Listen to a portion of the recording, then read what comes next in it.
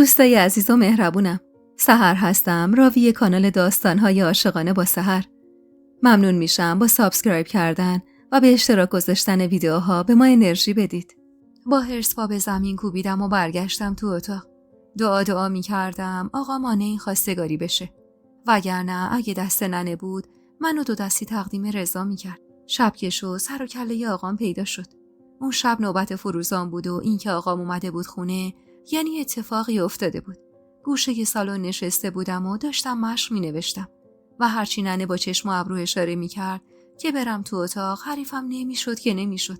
آقا بی‌حوصله جورابشو گوله کرد و انداخت یه گوشه و گفت قرار شد مراسم عقد و جلو بندازن. 3 روز دیگه میریم ده فروزان اینا. عقد همونجا تو خلوتی انجام میدیم. جشن و مراسماتم یه جا بمونه واسه بهمن ماه. ننه چشماشو گشاد کرد و با حیرت گفت چی میگی آقا قدرت؟ مگه میشه؟ مگه دختر من زن بی‌وس که بی‌خبر و بی‌کس و کار ببرم عقدش کنم؟ گفتن اینجا کوچیکه میریم اونجا. گفتم چشم. اما این که نشد بخوان تو خلوتی بگیرن. قرارمونم واسه 10 روز دیگه بود. تازه نگفتن عقد تو خلوتی میگیرن. همون شب یه جشن واسهشون میگیرن که غریبه و آشنا بدونن این دختر عقد کرده یکیه. چی شده حرفای جدید میزنی شما؟ آقام با خشم گفت چون تو خودسری. بدون خبر من پا شدی رفتی واسه تحقیق. تحقیق از کی؟ از برادر زن من. من به تو نگفتم اینا رو میشناسم؟ مگه من آقای این دختر نیستم؟ مگه من خیر و صلاح بچم رو نمیخوام؟ خب چی؟ خیر و صلاح بچه منم تو این ازدواجه. حالا تو واسه من آدم بفرست که رأی منو بزنه.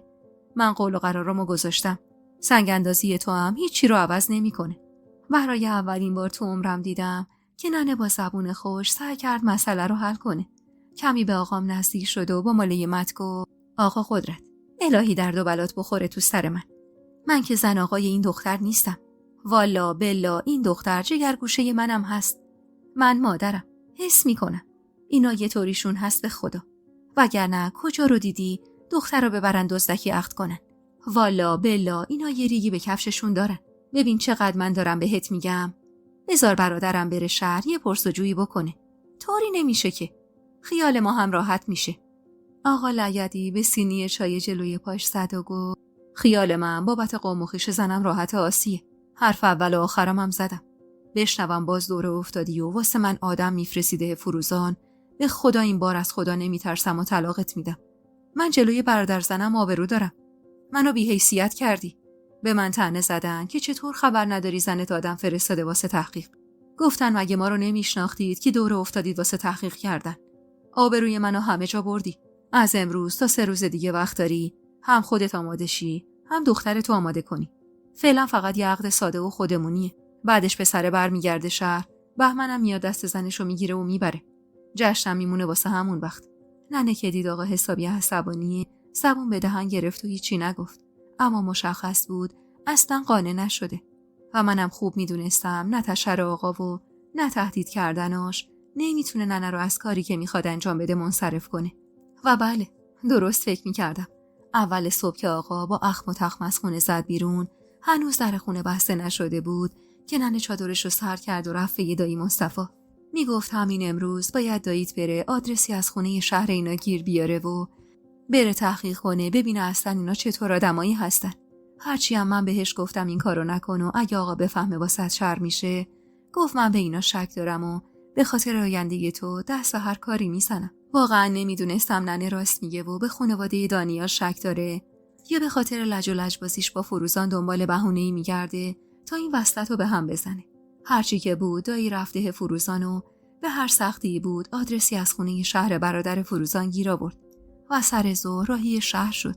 ننه دل تو دلش نبود و همش ترس اینو داشت که آقام چیزی بفهمه و شهر را بیفته. تو رانم میرفت و میومد و دل میداد به دل ننه و میگفت ننه حق داره. مگه پوری چی داره که اینقدر واسش بریز و بپاش کردن و با این کاراش ته دل من رو هم خالی میکرد. هوا تاریک شده بود و ننه خوشحال بود که آقا به جبران شب گذشته که نوبت فروزان بوده امشب که نوبت ماست و دیگه نمیاد اینور و شبو میره پیش فروزان. واسه همینم نشسته بود تو حیاط و هر یه ربع یه بار میرفت سرکی تو گوشه میکشید. میگفت داییتون دیگه باید کم کم پیدا شه. ساعت هنوز 10 نشده بود که صدای موتورگازی دایی به گوش رسید. ننه با شنیدنش سراسیمه از جا بلند شد و به سمت در حیاط دوید. من اما اونقدر دلهره داشتم که حتی نمیتونستم از سر جام پاشم.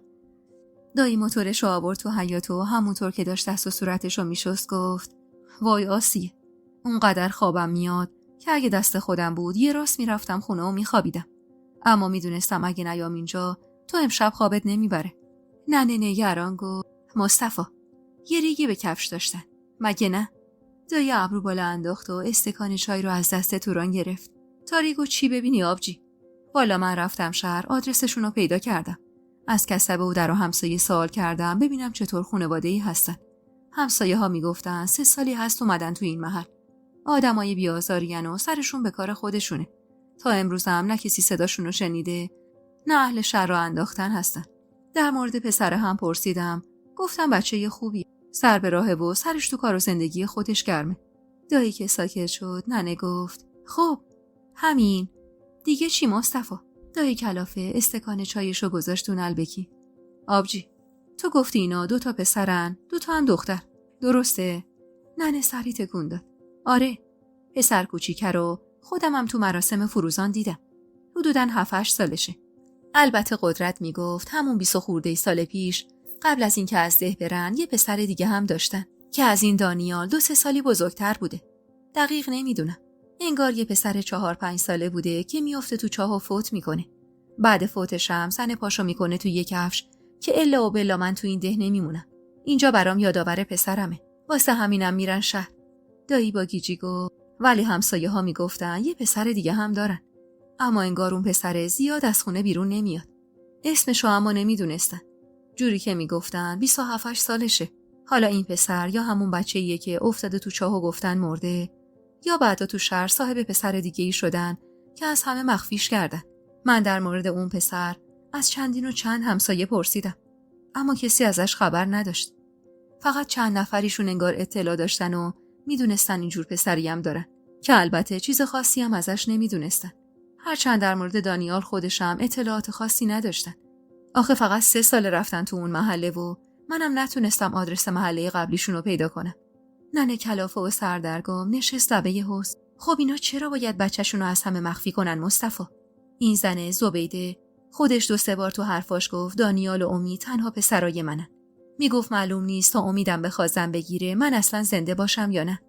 واسه همینم هست که میخوام واسه تک عروسم سنگ تموم بذارم. میگم تو مطمئنی پسری که همسایه ها میگفتن پسر اینا باشه؟ شاید قوم و خیشی چه میدونم. بچه یا خواهری، بچه یا برادری، کسی باشه. دایی سر تکون داد. نه آبجی، نمیدونم والا. همسایه‌شون طور دیگه ای میگفت. یا همسایه دیوار به دیوار داشتن. مرده میگفت روزی که صاحب این خونه میخواسته خونش رو بفروشه من خریدارش بودم. گفتم میخرم یه دستی بهش میکشم. پسرم که میخواد یه سال دیگه دست زنشو بگیره بیاره خونه بشه همسایه خودم. اما این آقا حجت اومد وسط و با پیشنهاد قیمت بیشتر خونه رو از چنگ من در آورد. یه جورایی سر قضیه خونه زیاد دلخوشی از اینا نداشت. این میگفت من چند باری از رو پشت بوم دیدم دانیالو داداش صدا کرده. میگفت خیلی کم از خونه بیرون میاد. حالا چراشو نمیدونست. نمیدونم والا آبجی. زیاد چیزی دستگیرم نشد. اما همین که اینا یه بچه دارن و از بقیه مخفیش کردن یعنی یه کاسه زیر نیم کاسه دارن. بلکه هم بچه‌شون نباشه. الله اعلم. ننه غرق فکر شد و بعد از سکوتی کوتاه گفت بی خود نبود بهشون شک داشتم. باید همین الان برم قدرت رو پیدا کنم باهاش حرف بزنم. ببینم اون خبری از این پسری که میگن داره یا نه. من که مطمئنم حسم بهم دروغ نمیگه. اون وقتی شب اینجا پدر منو در آورده بود که قوم زنمو میشناسم و الن و بلن. میگفت بهشون شک ندارم. بفرما. حالا کجاست که بیا تحویل بگیره؟ دایی سری تکون داد. باشه آبجی. حالا اینقدر اعصاب خودتو خورد نکن. منم برم خونه دیگه. تو هم حواست باشه رفتی باهاش حرف بزنی جوش نیاری همه چی رو بدتر خراب کنی یا همین حرفایی که من بهت زدم و بهش بگو. اگرم لازم بود بگو منم میام. ننه باشه ای گفت و دایی رو تا دم در بدرقه کرد. دایی که رفت ننه نگاه تندی به من انداخت و گفت نگفتم اینا یه کاسه زیر نیم کاسه‌شونه. بیا تحویل بگیر. آب از لب و لوچت جوری آویزون شده که چشماتو رو همه چی بستی دختر. با غیظ گفتم خب گیرین یه برادر دیگه هم داشته باشه ننه. چه ربطی به ماجرای عقد ما داره؟ ننه چادرش رو سرش انداخت و عصبی گفت تو هنوز بچه‌ای نمیفهمی. اینا که پسر بزرگشونو از همه مخفی کردن و گفتن مرده، لابد یه ریگی به کفش دارن. میرم آقا تو ببینم و همه چیزو کف دستش بذارم، ببینم میخواد جوابمو چی بده. بعدم تندی از خونه زد بیرون. میدونستم ننه تهش این عقدو به هم میزنه. اصلا معلوم نبود حرفایی که دایی از اون همسایه شنیده راست بوده یا نه. خوبه که دایی خودش هم میگفت طرف آقا حجت خصومت داره. اما خب هر چی که بود فعلا همه چیزو به هم ریخته بود. یکم که گذشت با فکر این که شاید ننه برای حرف زدن با آقا بره خونه فروزان و اونجا بلبابه پا کنه، دیگه طاقت نیوردم و سری از خونه بیرون زدم و به سمت خونه فروزان دویدم. حدسم درست بود. ننه داشت با قدمای بلند به سمت خونه فروزان میرفت.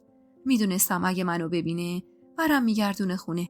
واسه همین پشت سرش راه افتادم و درست وقتی در خونه فروزان به روش باز شد نزدیک شدم و سلام کردم. ننه هینی از ترس کشید و مشتی به بازون کوبید. سلام و درد، مگه نگفتم بمون خونه؟ واسه چی دنبالم راه افتادی این موقع شب؟ فروزان همونطور که بچه تو بغلش بود کلافه گفت خیر باشه آسیه، این وقت شب اینجا چی کار میکنی؟ ننه تشری به هم زد. یالا برگرد برو خونه. لب ورچیدم و با سرتقی گفتم هوا تاریکه، میترسم تنهایی برگردم. جز جیگر بگیری که عین عمهاتی. گم شو برو تو، من تکلیف تو رو روشن میکنم امشب. پشت سر ننه وارد حیاط شدیم. ننه چادر از سر کشید و رو به فروزان بدون هیچ مقدمه چینی گفت داداشت چند تا پسر داره؟ خیره شدم به فروزان که یکم دست باچه شد اما سری خودشو جمع جور کرد و گفت کدوم داداشم؟ ننه پوزخندی زد. مگه من چند تا از داداشتو میشناسم که میپرسی کدومش؟ خب معلومه، آقا حجت. آهان، اون. خب معلومه، 2 تا. چطور مگه؟ این موقع شب اومدی این سوالو بپرسی؟ ننه نوچی کرد و گفت قدرت کجاست؟ آقا قدرت، بیا اینجا. بیا ببین زنه چه دروغگویی از آب در اومده. فروزان با هرس گفت قدرت خسته بود، سر شب خوابید. واسه چی هوار میکشی؟ چه دروغی بهت گفتم؟ بد کردم خواستم دخترت بیفته تو پول و خوشبختی واسه خودش بره شهر. جای دست در نکنه هر روز یه بامبول سرم میاری. عجب اشتباهی کردم. ننه دست به کمر با طعنه گفت ما نخواهیم خیری از تو بهمون برسه، باید کیو ببینیم؟ هان؟ دور از جون، خواب مرگ که نیست. برو بیدارش کن بیا تکلیف تو و خانواده شیاد تو مشخص کنه. فروزان کلافه رفت تو اتاق و کمی بعد به همراه آقام برگشت. مشخص بود آقا رو از خواب بیدار کرده، چون چشماش قرمز بود و موهاش حسابی به هم ریخته بود. آقام چشمش که به ننه افتاد با هرس گفت باز چی شده آسیه؟ چرا خونه رو گذاشتی رو سرت؟ ننه حق به جانب اشاره کرد به فروزان. خانومات بهت دروغ گفته آقا قدرت. کلاتو بنداز بالاتر. میخواستم با دروغ و دغل دخترتو عقد کنن. یهو رنگ از روی فروزان پرید و صداش به وضوح لرزید. چی میگی آسیه؟ والا ما اومدیم ثواب کنیم کباب شدیم. نمیخوای دختر بدی یک کلام بگو نه و تمام. این مسخره بازی ها چیه؟ ننه نزدیک آقا شد و ادامه داد. خان داداشم رفته شهر تحقیق کرده و پرسجو کرده. من ازش خواستم بره، چون به این قوم و تبار اعتماد نداشتم. همسایه ها گفتن اینا 3 تا پسر دارن. همون پسر بزرگی که میگفتی تو بچگی افتاده تو چاه و مرده ها، همون. جوری که همسایه بغل دستشون گفته اون پسر زنده است، اما زیاد از خونه بیرون نمیاد. جوری که هیچکس حتی اسمش رو هم نمیدونه. اینا به ما دروغ گفتن آقا قدرت. هم زبیده گفت من 2 تا پسر بیشتر ندارم، هم من الان از فروزان سوال کردم گفت فقط 2 تا پسر داره. آقام با تعجب رو کرد به فروزان. چی میگه فروزان؟ واقعا داداشت یه پسر بزرگ دیگه داره؟ فروزان دست باچه شد. نه آقا قدرت، آسیه، این مزخرفاتو از کجا در آوردی؟ اولا که داداش من همین 2 تا پسر رو داره، بعدم گیریم اصلا 100 تا پسر دیگه داشته باشه. چه فرقی تو اصل ماجرا میکنه؟ دانیال حی و حاضر اومده خواستگاری، دیگه چی کار داری چند تا برادر داره؟ آقام که انگار یه کمی بگی نگی مشکوک شده بود رو کرد به فروزان. جواب منو درست بده فروزان. داداش 3 تا پسر داره؟ چطور تو این چند سال من نفهمیدم. فروزان صداشو بالا برد. الان این موضوع چقدر مهمه مگه؟ بابا دارم میگم داداش من 2 تا پسر داره. خدا رحمت کنه پسر بزرگشو. از بچگی خیلی بازیگوش بود. سنی نداشت که افتاد تو چاه و جونشو از دست داد. اینو تو ده خودمون از هر کی بپرسی واسط میگه. بعد از فوتشم زبیده خیلی پریشون حال بود. اصلا یه جا بند نمیشد. من سنی نداشتم. اما یادم زبیده همش گریه میکرد و میگفت این ده منو یاد تن خونین پسرم میندازه. واسه همینم داداشم خونه زندگیشو جمع کرد و رفت شهر. بعد اونم دیگه خیلی کم می اومدن روستا. همین. ما هم چون داداش حجتم از اول گفته بود به خاطر رعایت حال زبیده اسمی از پسرشون نیاریم، دیگه هیچ وقت ازش اسمی نمی بردیم. الان رفتی یه داستان ساختی، اومدی داغ دل ما رو تازه کنی. کل اهل ده دیدن تن بیجون بچه برادر منو از جا بیرون آوردن. اون بچه اگه زنده بود که داداش من زادگاهش رو ترک نمی کرد. همه گیج بودن.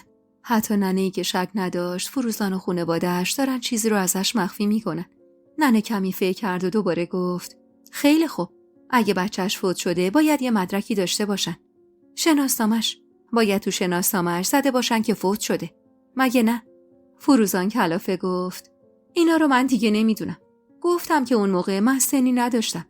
اگه مرده و زنده بودن بچه برادر من فرقی تو زندگی دخترت میکنه، برو فردا از ننه باباش بپرس تا خیالت راحت بشه. به من چه این وسط؟ ننه حق به جانب زور زد تو چشماش. البته که میرم میپرسم.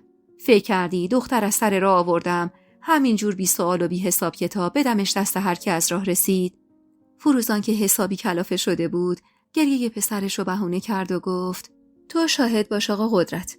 این مراسم به هم بخوره تقصیر لج و لجبازی بی خود زن خودته. وگرنه من از روز اولی که قرار شد پوری بشه عروس برادرم دیگه چشم بستم رو دشمنی و مشکلاتمون و میخواستم با زنت صلح کنم. اما آسیه خانوم انگار ما رو قابل نمیدونه و تا واقعا خاک بر سرم نکنه ولکن نیست. دیگه خود دانی. من خواستم کار خیر کنم. بقیهش به خودتون ربط داره. اینو گفت و با دلخوری رفت تو. با رفتنش اما آقام با حرص رو به ننه گفت فقط شهر را بنداز. کی گفته اصلا تو بری تحقیق؟ مگه من مرده بودم که تو آدم فرستادی واسه سوال جواب؟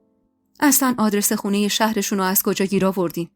منی که برادر زنشم تا حالا پام به خونش باز نشده. زنم هنوز اونجا نرفته. اون وقت شما یه کار پا شدین رفتین تو اون محله آبرو و حیثیت منو بردین. اگه فردا همسایه ها بذارن کف دستشون بگن اومده بودم پی تحقیق چی؟ اون وقت آبرو واسه من میمونه؟ ننه چادرش رو زد زیر بغلش و گفت نه آقا قدرت، خدا سایت رو از سر ما کم نکنه. شما زنده ای خدا رو شکر، اما اسیر فتنه های این زنی که شدی. بازم میگم تا ماجرای این پسر بزرگشون حل نشه من دلم رضا نیست دخترم عروس اینا بشه. آقام با حرص چادر ننه رو گرفت و کشیدش سمت در و با صدایی که سعی میکرد بالا نره گفت تو غلط کردی راضی نیستی. آقاش منم که راضیم. این بحثم همینجا تموم میکنی آسیه. وگرنه من میدونم و تو میدونی اون روی من بالا بیا دیگه کسی جلو دارم نیست. آقا جفتمون از خونه بیرون کرد. در حیاط که بسته شد دلخورو کردم به ننه. این کارا چیه ننه؟ چرا اینقدر دلت میخواد این مراسم به هم بخوره؟ اگه اون پسره بچه برادر فروزان نبود بازم اینجوری میکردی؟ ننه غرق فکر بود و جوابمو نمیداد. کمی که راه رفتیم اما یه دفعه به سمتم برگشت و گفت تنها راهش اینه که تو لج کنی و بگی زنش نمیشم. پا به زمین کوبیدم و با حرص گفتم من رو حرف آقام حرف نمیزنم ننه. تو هم تموم کن این جنگ و دعواهای بی سر و ته. زندگی من چه ربطی به فروزان داره که به خاطرش میخوای این عقد رو به هم بزنی؟ بعد عمری بختر خونه ما رو زده بعد شما همچین میکنی؟ اینا رو گفتم و قدممو تند کردم و ازش فاصله گرفتم. ننه از همون دور با صدای بلندی گفت یادت باشه پوران، امشب و یادت باشه. من میخواستم جلوی بدبخت شدن تو بگیرم، اما اون از آقات که خام حرفای زنش شده و چشمشو پول و ثروت این قوم گرفته، اینم از تو که کور شدی و نمیفهمی این طایفه یه روده راست تو شکمشون نیست. نمیفهمی این فروزان چشم دیدن ما رو نداره. اون وقت حالا بیا تو رو برای بچه برادرش لقمه بگیره، اونم اون جوون همه چی تمومی که ما دیدیم. قدمامو تندتر کردم و برگشتم خونه. واقعا حوصله شنیدن حرفای تکراری ننه رو نداشتم. با خودم فکر می‌کردم ننه فقط سر لج و لجبازیه که مخالف این ازدواجه. اما خب خدا رو شکر مخالفت ننه راه به جایی نبرد. آقا سفت و سخت ایستاده بود و می‌خواستیم وسط سر بگیره و هرچی هم ننه سعی می‌کرد منصرفش کنه موفق نمی‌شد. ننه که دید راه به جایی نمیبره آخر سر لج کرد و گفت دیگه تو مراسم من شرکت نمیکنه. آقا ممرو کراس گفت به درک شرکت نمیکنی. میبرم عقدش میکنم و میگم اصلا همین الان دستشو بگیرن و ببرن شهر. خلاصه که جفتشون سر لج افتاده بودن و این وسط هیچ کسی به من اهمیت نمیداد. آبجی تورانم هم که دید ننه تک افتاده پشت اونو گرفته بود و من خیال میکردم چون به من حسادت میکنه میخواد هر جور شده این وسط به هم بخوره. تهش آقا ماما حرفشو به کرسی نشون. جمعه که شد عمه سوری صبح زود اومد خونه ما. ننه با دیدنش دور از جونش انگار اسرائیل دیده باشه چهره در هم کشید و گفت باز اومدی اینجا فتنه بپا کنی؟ تو مگه خودت خونه زندگی نداری سوری؟ عمه قری به گردنش داد. اومدم پوری رو حاضر کنم واسه مراسم عقد. داداشم گفته عقد امشبه و میریم ده فروسانینا. ننه با هرس گفت والا از قدیم رسم بوده عقد دختر رو تو خونه آقاش میخوندن. حالا چی شده؟ خان داداشت میخواد پا روی رسم و رسومات بذاره. بعدم واسه چی به من نگفته خواهر و داداشامو دعوت کنم؟ تو این یه مورد حقو به ننه میدادم. راست میگفت. آقا منگار واقعا کور شده بود. طوری که حتی حرف و حدیث مردم و رسم و رسوماتم انگار براش دیگه اهمیتی نداشت. عمه با طعنه گفت مگه تو هم قراره بیای که خانوادت بخوام بیان؟ داداشم که میگفت آسیه گفته نمیام. ننه پوزخندی زد. نه پس میذارم دخترم وسط قوم یعجوج مجوج تنها بمونه. معلومه که میام. تو هم خوشخوشانت نشه که بین من و قدرت شکراب شده. زن و شوهر دعوا کنن، ابلهان باور کنن. بعدم اشاره‌ای به عمه سوری کرد که یعنی ابله رو با تو هم. اما مثل همیشه محلش نداد و به سمت من اومد. یالا پوری جون، برو بخشه ی لباس تو بردار بریم گرمابه. میخوام خودم حمومت کنم که عین گل بشی. بعدم بی توجه به غرغرای ننه بخشه ی حموم منو زد زیر بغلش و با هم به سمت گرمابه ده رفتیم.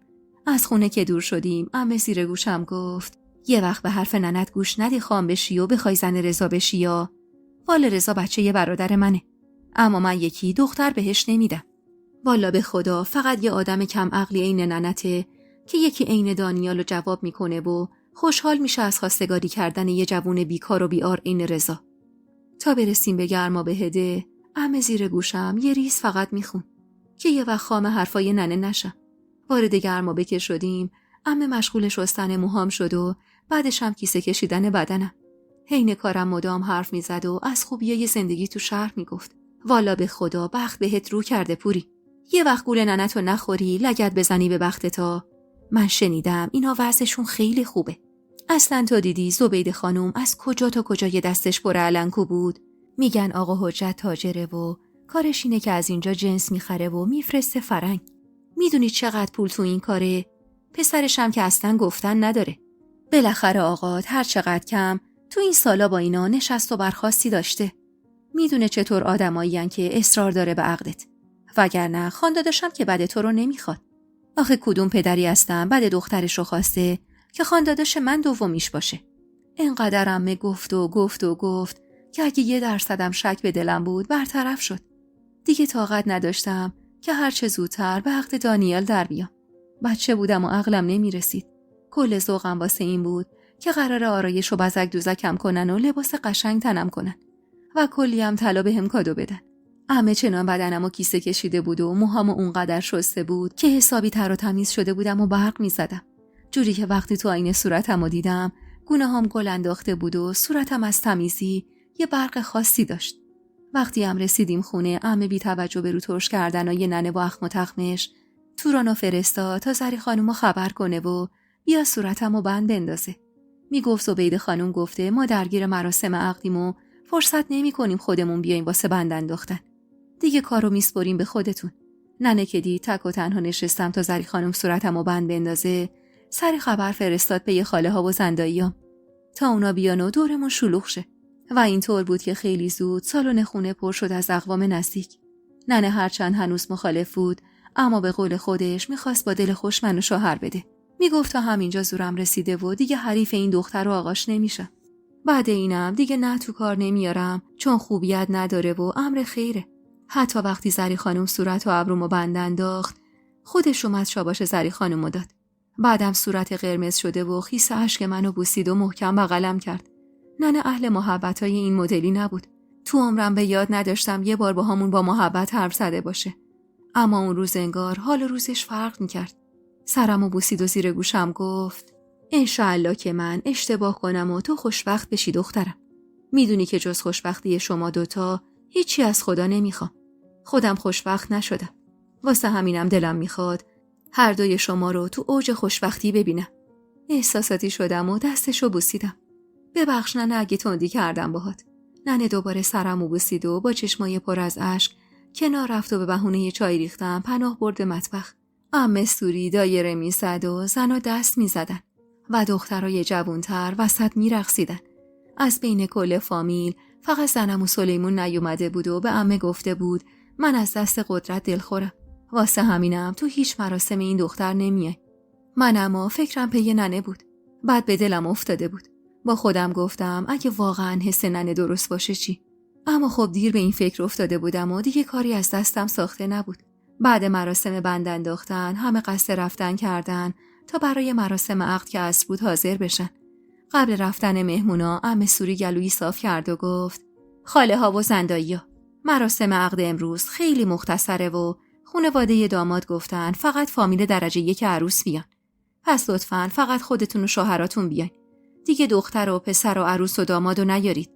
انشالله جشن اصلی قدم همه روی چشم. خاله افسر با چشمای از حدقه بیرون زده و متعجب گفت وا سوری یه حرفایی میزنی یا مگه میشه بچه‌ها رو نیارین؟ یه دفعه بگید خودتونم نیاید. عمه سری تکون داد و گفت والا افسر خانم، دختر پسرای خود منم نمیخوان بیان. من که صاحب مجلس نیستم. اونا گفتن ما هم گفتیم چشم. گفتن رسم نداریم عقد تو شلوغی بخونیم. اون روز انگار یکی همه ما به جز ننه رو طلسم کرده بود که اینطور کور و کر شده بودیم و هیچی نمیدیدیم. ننه بیچاره هم هرچی تلاش کرد نتونست یه تنه از پس ماها بر بیاد. ننه با تنه رو کرد به عمه. والا عقد خانداداش تو که با زن و 2 بچه تنبونش 2 شده بود و با دادار دور خوندن. به دختر من که رسید رسم و رسوم عوض کردن. عمه اهمیتی به حرف ننه نداد. بقیه هم با دلخوری و غرغر خونه رو ترک کردن. طوری که ننه میگفت بعید میدونم واسه عقد بیان. بعد رفتنشون ننه و عمه اما بحثشون بالا گرفت. ننه میگفت چرا یه طوری رفتار میکنی؟ انگار پوری دختر توئه. اصلا تو چی کاری که خودتو انداختی وسط و داری همه زورتو میزنی تا این وصلت سر بگیره؟ عمه هم میگفت چون تو نه زنیت بلدی نه مادری کردنو. منم دلم واسه بچه برادرم میسوزه، میخوام از دست تو و غرغرات نجاتش بدم. بحثشون که بالا گرفت، توران به هر سختی بود میونه رو گرفت و ننه رو برد تو اتاق تا حاضر بشه. عمه هم کلی دریوری بار ننه کرد و از خونه زد بیرون. از صندوقی که برام فرستاده بودن یه پیراهن بلند ساتن پیدا کردم که مناسب مراسم عقدم بود. توران کمک کرد با بخار کتری لباسو صاف کردیم. بعدم کمک کرد بپوشمش و چادر سفید آماده‌ای که واسم گذاشته بودن و روی سرم انداختم. توران دستی به صورتم کشید و موهامو مرتب کرد و 2 دسته بافت. و زیر روسری بلند سفید رنگی مخفی کرد. نگران دستشو گرفتم و گفتم توران دارم کار درستی میکنم. یه وقت حرف ننه درست نباشه. اگه واقعا کلکی تو کارشون باشه چی؟ توران سری تکون داد. توکل کن به خدا. چاره دیگه ای نداری. ننه هم کلا به عالم آدم شک داره. تو هم سخت نگیر. پسره رو که دیدی. آقام هم که میشناستشون. دیگه چه اهمیتی داره چند تا برادرن. با دلداری توران یکم دلم آروم گرفت. توران خودش هم لباس پوشید و غرغر کنان گفت حالا اقوام مجید فکر میکنم من از عمد تو عقد خواهرم دعوتشون نکردم. دیشب ننش غیر مستقیم گفت ما انتظار داریم دعوت شیم. گفتم والا مراسمشون خودمونیه و قرار مراسم اصلی واسه عروسیشون باشه اون موقع دعوت میکنی. اما میدونم از فردا باید کلی حرف از اونم بشنوم. صدای در حیاط که بلند شد توران دست از غرغر کردن برداشت و رفت و در رو باز کرد و از تو همون حیاط داد زد پوری ننه بیاید آقا اومده. ننه از اتاق بیرون زد و با حرص گفت خدا رو شکر که آقاتون به مرحله از کوری رسیده که رسم و رسوم هم فراموش کرده. انگار دختر از سر راه آورده که خودش میخواد ببرتش بذارتش سر سفره عقد. ای خدا کاش میمردم این روزا رو نمیدیدم. این زنی که معلوم نیست چطور چیز خورش کرده که همه چیزو زیر پاش گذاشته. بعدم تشری به من زد کم کن اون ماتی که ساب مرده رو. میخوای فکر کنن زن هر جایی هستی؟ و همونطور که زیر لب غرغر میکرد رفت. با پشت دست ماتیکی توران واسم زده بود و پاک کردم و با غصه پشت سر ننه به سمت ماشین شوهر عمه سوری که دست آقام بود رفتم. واقعاً هم مسخره بود. جای این که اونا بیان خونه ما و مراسم عقدو بخونن، ما داشتیم میرفتیم اونجا. به عمرم همچین چیزی ندیده بودم. اما با خودم گفتم سخت نگیر پوری. به هر حال هر جایی رسم و رسوم خودشو داره. اونا هم بالاخره عمری شهر زندگی کرده بودن و شاید رسم و رسومات شهر این شکلی بود. تا رسیدم به ده فروزان، ننه مدام زیر گوش آقا حرف میزد و سعی میکرد تو آخرین لحظات قانعش کنه که این مراسمو یا به هم بزنه یا جوری که خودمون رسم داریم برگزار کنه. اما آقا انگار به قول ننه طلسم شده بود که حرفای ننه رو اصلا نمیشنید. من اول فکر میکردم مراسم عقد تو خونه پدری فروزان برگزار میشه. اما آقام جلوی در یه خونه نوساز با نمای سنگ مرمر ماشین رو نگه داشت. بودن همچین خونه‌ای تو روستا واقعا عجیب بود. بهترین خونه‌های روستا هم نمای از آجر داشتن. این خونه خیلی عیونی بود. آقام اشاره‌ای به خونه کرد و رو به ننه گفت وقتی اصرار دارم به این ازدواج واسه اینه. یه نگاه به خونه زندگیشون بنداز. تازه شنفتم خونه شهرشون دیدن داره. دخترتم که مستقیم میره خونه مستقل خودش. دیگه چی میخوای که اینقدر غر میزنی زن؟ به خدا که ناسپاس و نالایقی. ننه پشتش مینازا کرد و گفت وا آقا قدرت، مگه زندگی همش به پوله؟ آقام از ماشین پیاده شد. معلومه که به پوله. پول که باشه 90% مشکلات حل میشه. پیاده شی تا قبل از تاریکی هوا خطبه خونده بشه. با دیدن خونه فهمیدم که چرا آقام اینقدر اصرار داره به این ازدواج و هیچ جور کوتاه نمیاد و همراه ننه و پوران به سمت در سفید رنگ خونه رفتیم. پوران هاج و واج مونده بود و میگفت خوش به حالت پوری، خونه‌شونو ببین. من حتی این مدل خونه ها رو تو مجله هم ندیدم. حتی تو شهرم ندیدم. به خدا بخت بهت رو کرده. باید روزی 100 بار دعا به جون فروزان کنی. از در سفید رنگ خونه که داخل شدیم وارد یه حیاط خیلی بزرگ شدیم که برخلاف حیاط ما که گلی بود، این حیاط کامل سنگ فرش شده بود. البته اون موقع ها اسمشو نمیدونستم. بعدها فهمیدم. با استقبال زبیده خانم و 2 دخترش و همینطور فروزان همگی وارد سالن خونه شدیم. آقام اشاره‌ای به ننه کرد و گفت مجلس مردونه بالاست. من میرم بالا. ننه با سادگی تموم گفت بالا؟ تو این هوا رو پشت بوم؟ خب میگفتید مجلس و خونه ما میگرفتیم. مردونه هم خونه همسایمون. شما گفتید اونجا کوچیکه، اینجا بزرگتره، اینجا بگیریم. فروزان و زبیده خانم خندشون گرفت. آقام سری به نشونه افسوس تکون داد و از پله‌های کنار راه رو بالا رفت. فروزان با غرور رو کرد به ننه. آسیه خانم، خونه خانداداشم 2 طبقه است. طبقه بالا هم عین طبقه پایینه. فرشای دستبافت و ابریشم، دیوارای پوشیده از تابلوهای قشنگ و چراغای بزرگی که نگاه کردم بهشونم باعث سردرد میشد. توران ضربه‌ای به بازوم زد و اشاره‌ای به مبلای سلطنتی کرد و زیر لب گفت به خدا فکر نکنم تو قصر شاه هم همچین چیزایی باشه. سالن بزرگ خونه پر از مبلای 3 نفره و 2 نفره و تک نفره بود و مهمونای انگشت شماری که تازه اومده بودن و مشغول خوردن میوه و آجیل بودن. با راهنمایی زبیده خانم من به سمت بالای مجلس رفتم و روی مبل 2 نفره‌ای نشستم و منی که تا حالا هیچ وقت روی مبل نشسته بودم. نگاهی دور تا دورم انداختم. انتظار داشتم سفره عقدی انداخته باشن. اما خبری از سفره عقد نبود. با خودم گفتم نه به این همه تجملات، نه به سفره انداختنشون. ننه چادرشو مرتب کرد و کنار فروزان نشست و با طعنه گفت بچه‌های خودت هم نیوردی یا فقط ورود بچه‌های طایفه من ممنوع بود؟ چیه؟ ترسیدی بیان خونه خانداداشتو خراب کنن؟ شما که اینقدر ندید بدیدید می اومدید عقد و خونه ما انجام میدادید. والا خوب آدم دارا باشه ولی نوکیسه نباشه. فروزان که لبخند از لبش دور نمیشد گفت تلخی نکن آسیه خانم. امروز هیچ بچه‌ای تو این مراسم نیست. اینجوری بهترم هست والا. چیه هی بخوایم به فکر بچه‌ها باشیم؟ این شهریا با ما فرق میکنن. همه چیزشون رو قاعده است. بچه نمیبرن تو اینجور مراسمات که راحت و بی دردسر با آرامش کارشون رو انجام بدن. بذار یه روزم که شده ما واسه خودمون خوش باشیم.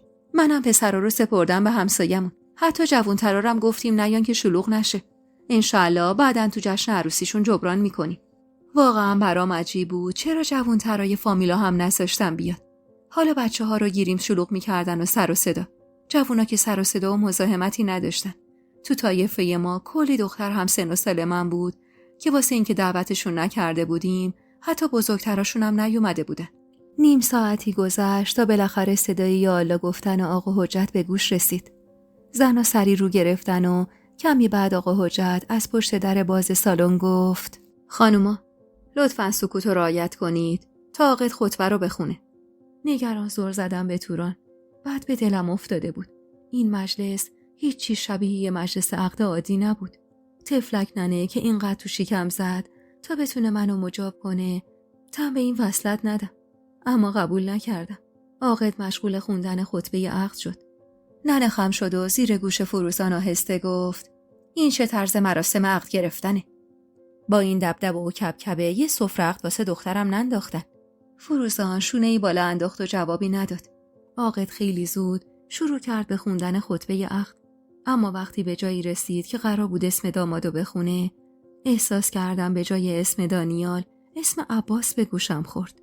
اولش فکر کردم اشتباه کردم. اما همین که نگاهم به چهره پریشون ننه افتاد، قالب تویی کردم. برگشتم و نگاهی به توران انداختم. دیدم اونم مثل من دهنش از تعجب باز مونده. عاقد داشت ادامه خطبه رو میخوند، اما من دیگه هیچی نمیشنیدم.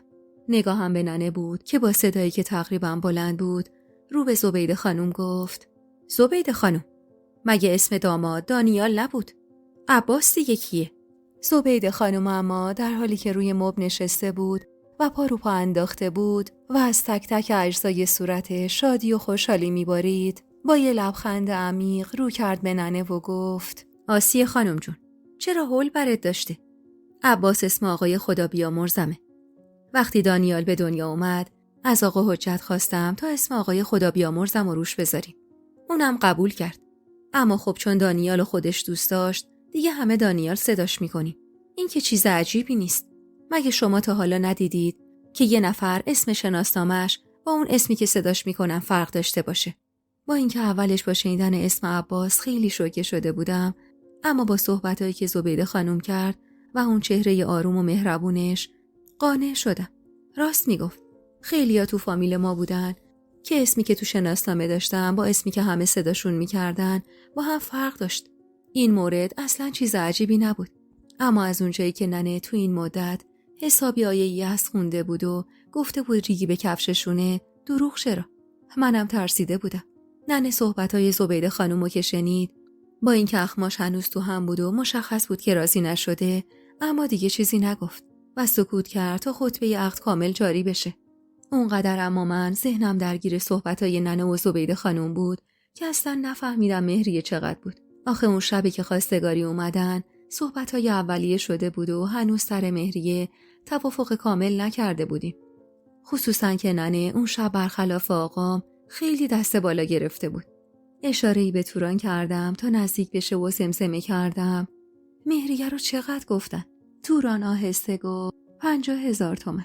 ننه رو کارد بزنی خونش در نمیاد. نه به این جلال و جبروت و بریز و بپاش، نه به این مهریه. بغض کرده سر جام نشستم. تازه از شوکه این که 2 تا اسم داشت در اومده بودم که مسئله مهریه پیش اومد. عاقد که برای 3مین بار خطبه رو خوند، زبیده خانم سری جلو اومد و یه سینه ریز بزرگ سنگین انداخت کردنم و با شوق گفت: اینم زیر لفظی عروس قشنگم. الهی خوشبخت بشید مادر. با چشمای غرق اشک خیره شدم به ننه. توران راست میگفت. ننه قیافش اونقدر در هم بود که انگار به مجلس ختم اومده بود. مطمئن بودم اگه آقام دست به دستش میداد یا من خاک بر سر، همین الان عقدو به هم میزد. اما بیچاره اونقدر این مدت دویده بود و به جایی نرسیده بود که دیگه خسته شده بود و تسلیم سرنوشت. اگه به عقب برمیگشتم هرگز راضی به این عقد نمیشدم. دلم گواهی بد میداد. توران ضربه‌ای به کتفم زد و گفت: یالا بله رو بگو دیگه. نفس عمیقی کشیدم و چشم بستم. راهی نداشتم. باید بله رو میگفتم. واسه همین دلو به دریا زدم و با صدای خفه‌ای بله گفتم. صدای بلم گم شد تو صدای دست و کل و صلوات. 2 زن مشغول پذیرایی شدن و چند زن که نمیشناختمشون برای دادن هدیه جلو اومدن. ننه کمی دل کرد و بالاخره زبون باز کرد: این دانیال خان، نه ببخشید، عباس خان نمیاد تو زنونه. حالا که دیگه محرم شدن. فروزان سری تکون داد و گفت: قربونش برم، برادرزادم خیلی باحج با حیاست. روش نمیشه بیا تو مجلس زنونه. ننه با قیافه‌ای که معلوم بود اصلا باورش نشده ابروی بالا انداخت و زیر لب چیزی گفت که نفهمیدم. چند تیکه طلای درشت از طرف خانواده زبیده خانم بهم هدیه دادن. سرآمد همشونم فروزان بود که 3 تا علنگو انداخت دستم. خانواده خودمم که اکثرا خانواده پدریم بودن، جز زن دایی مصطفی، بیشتر بهم پول نقد کادو دادن. به شدت معذب بودم.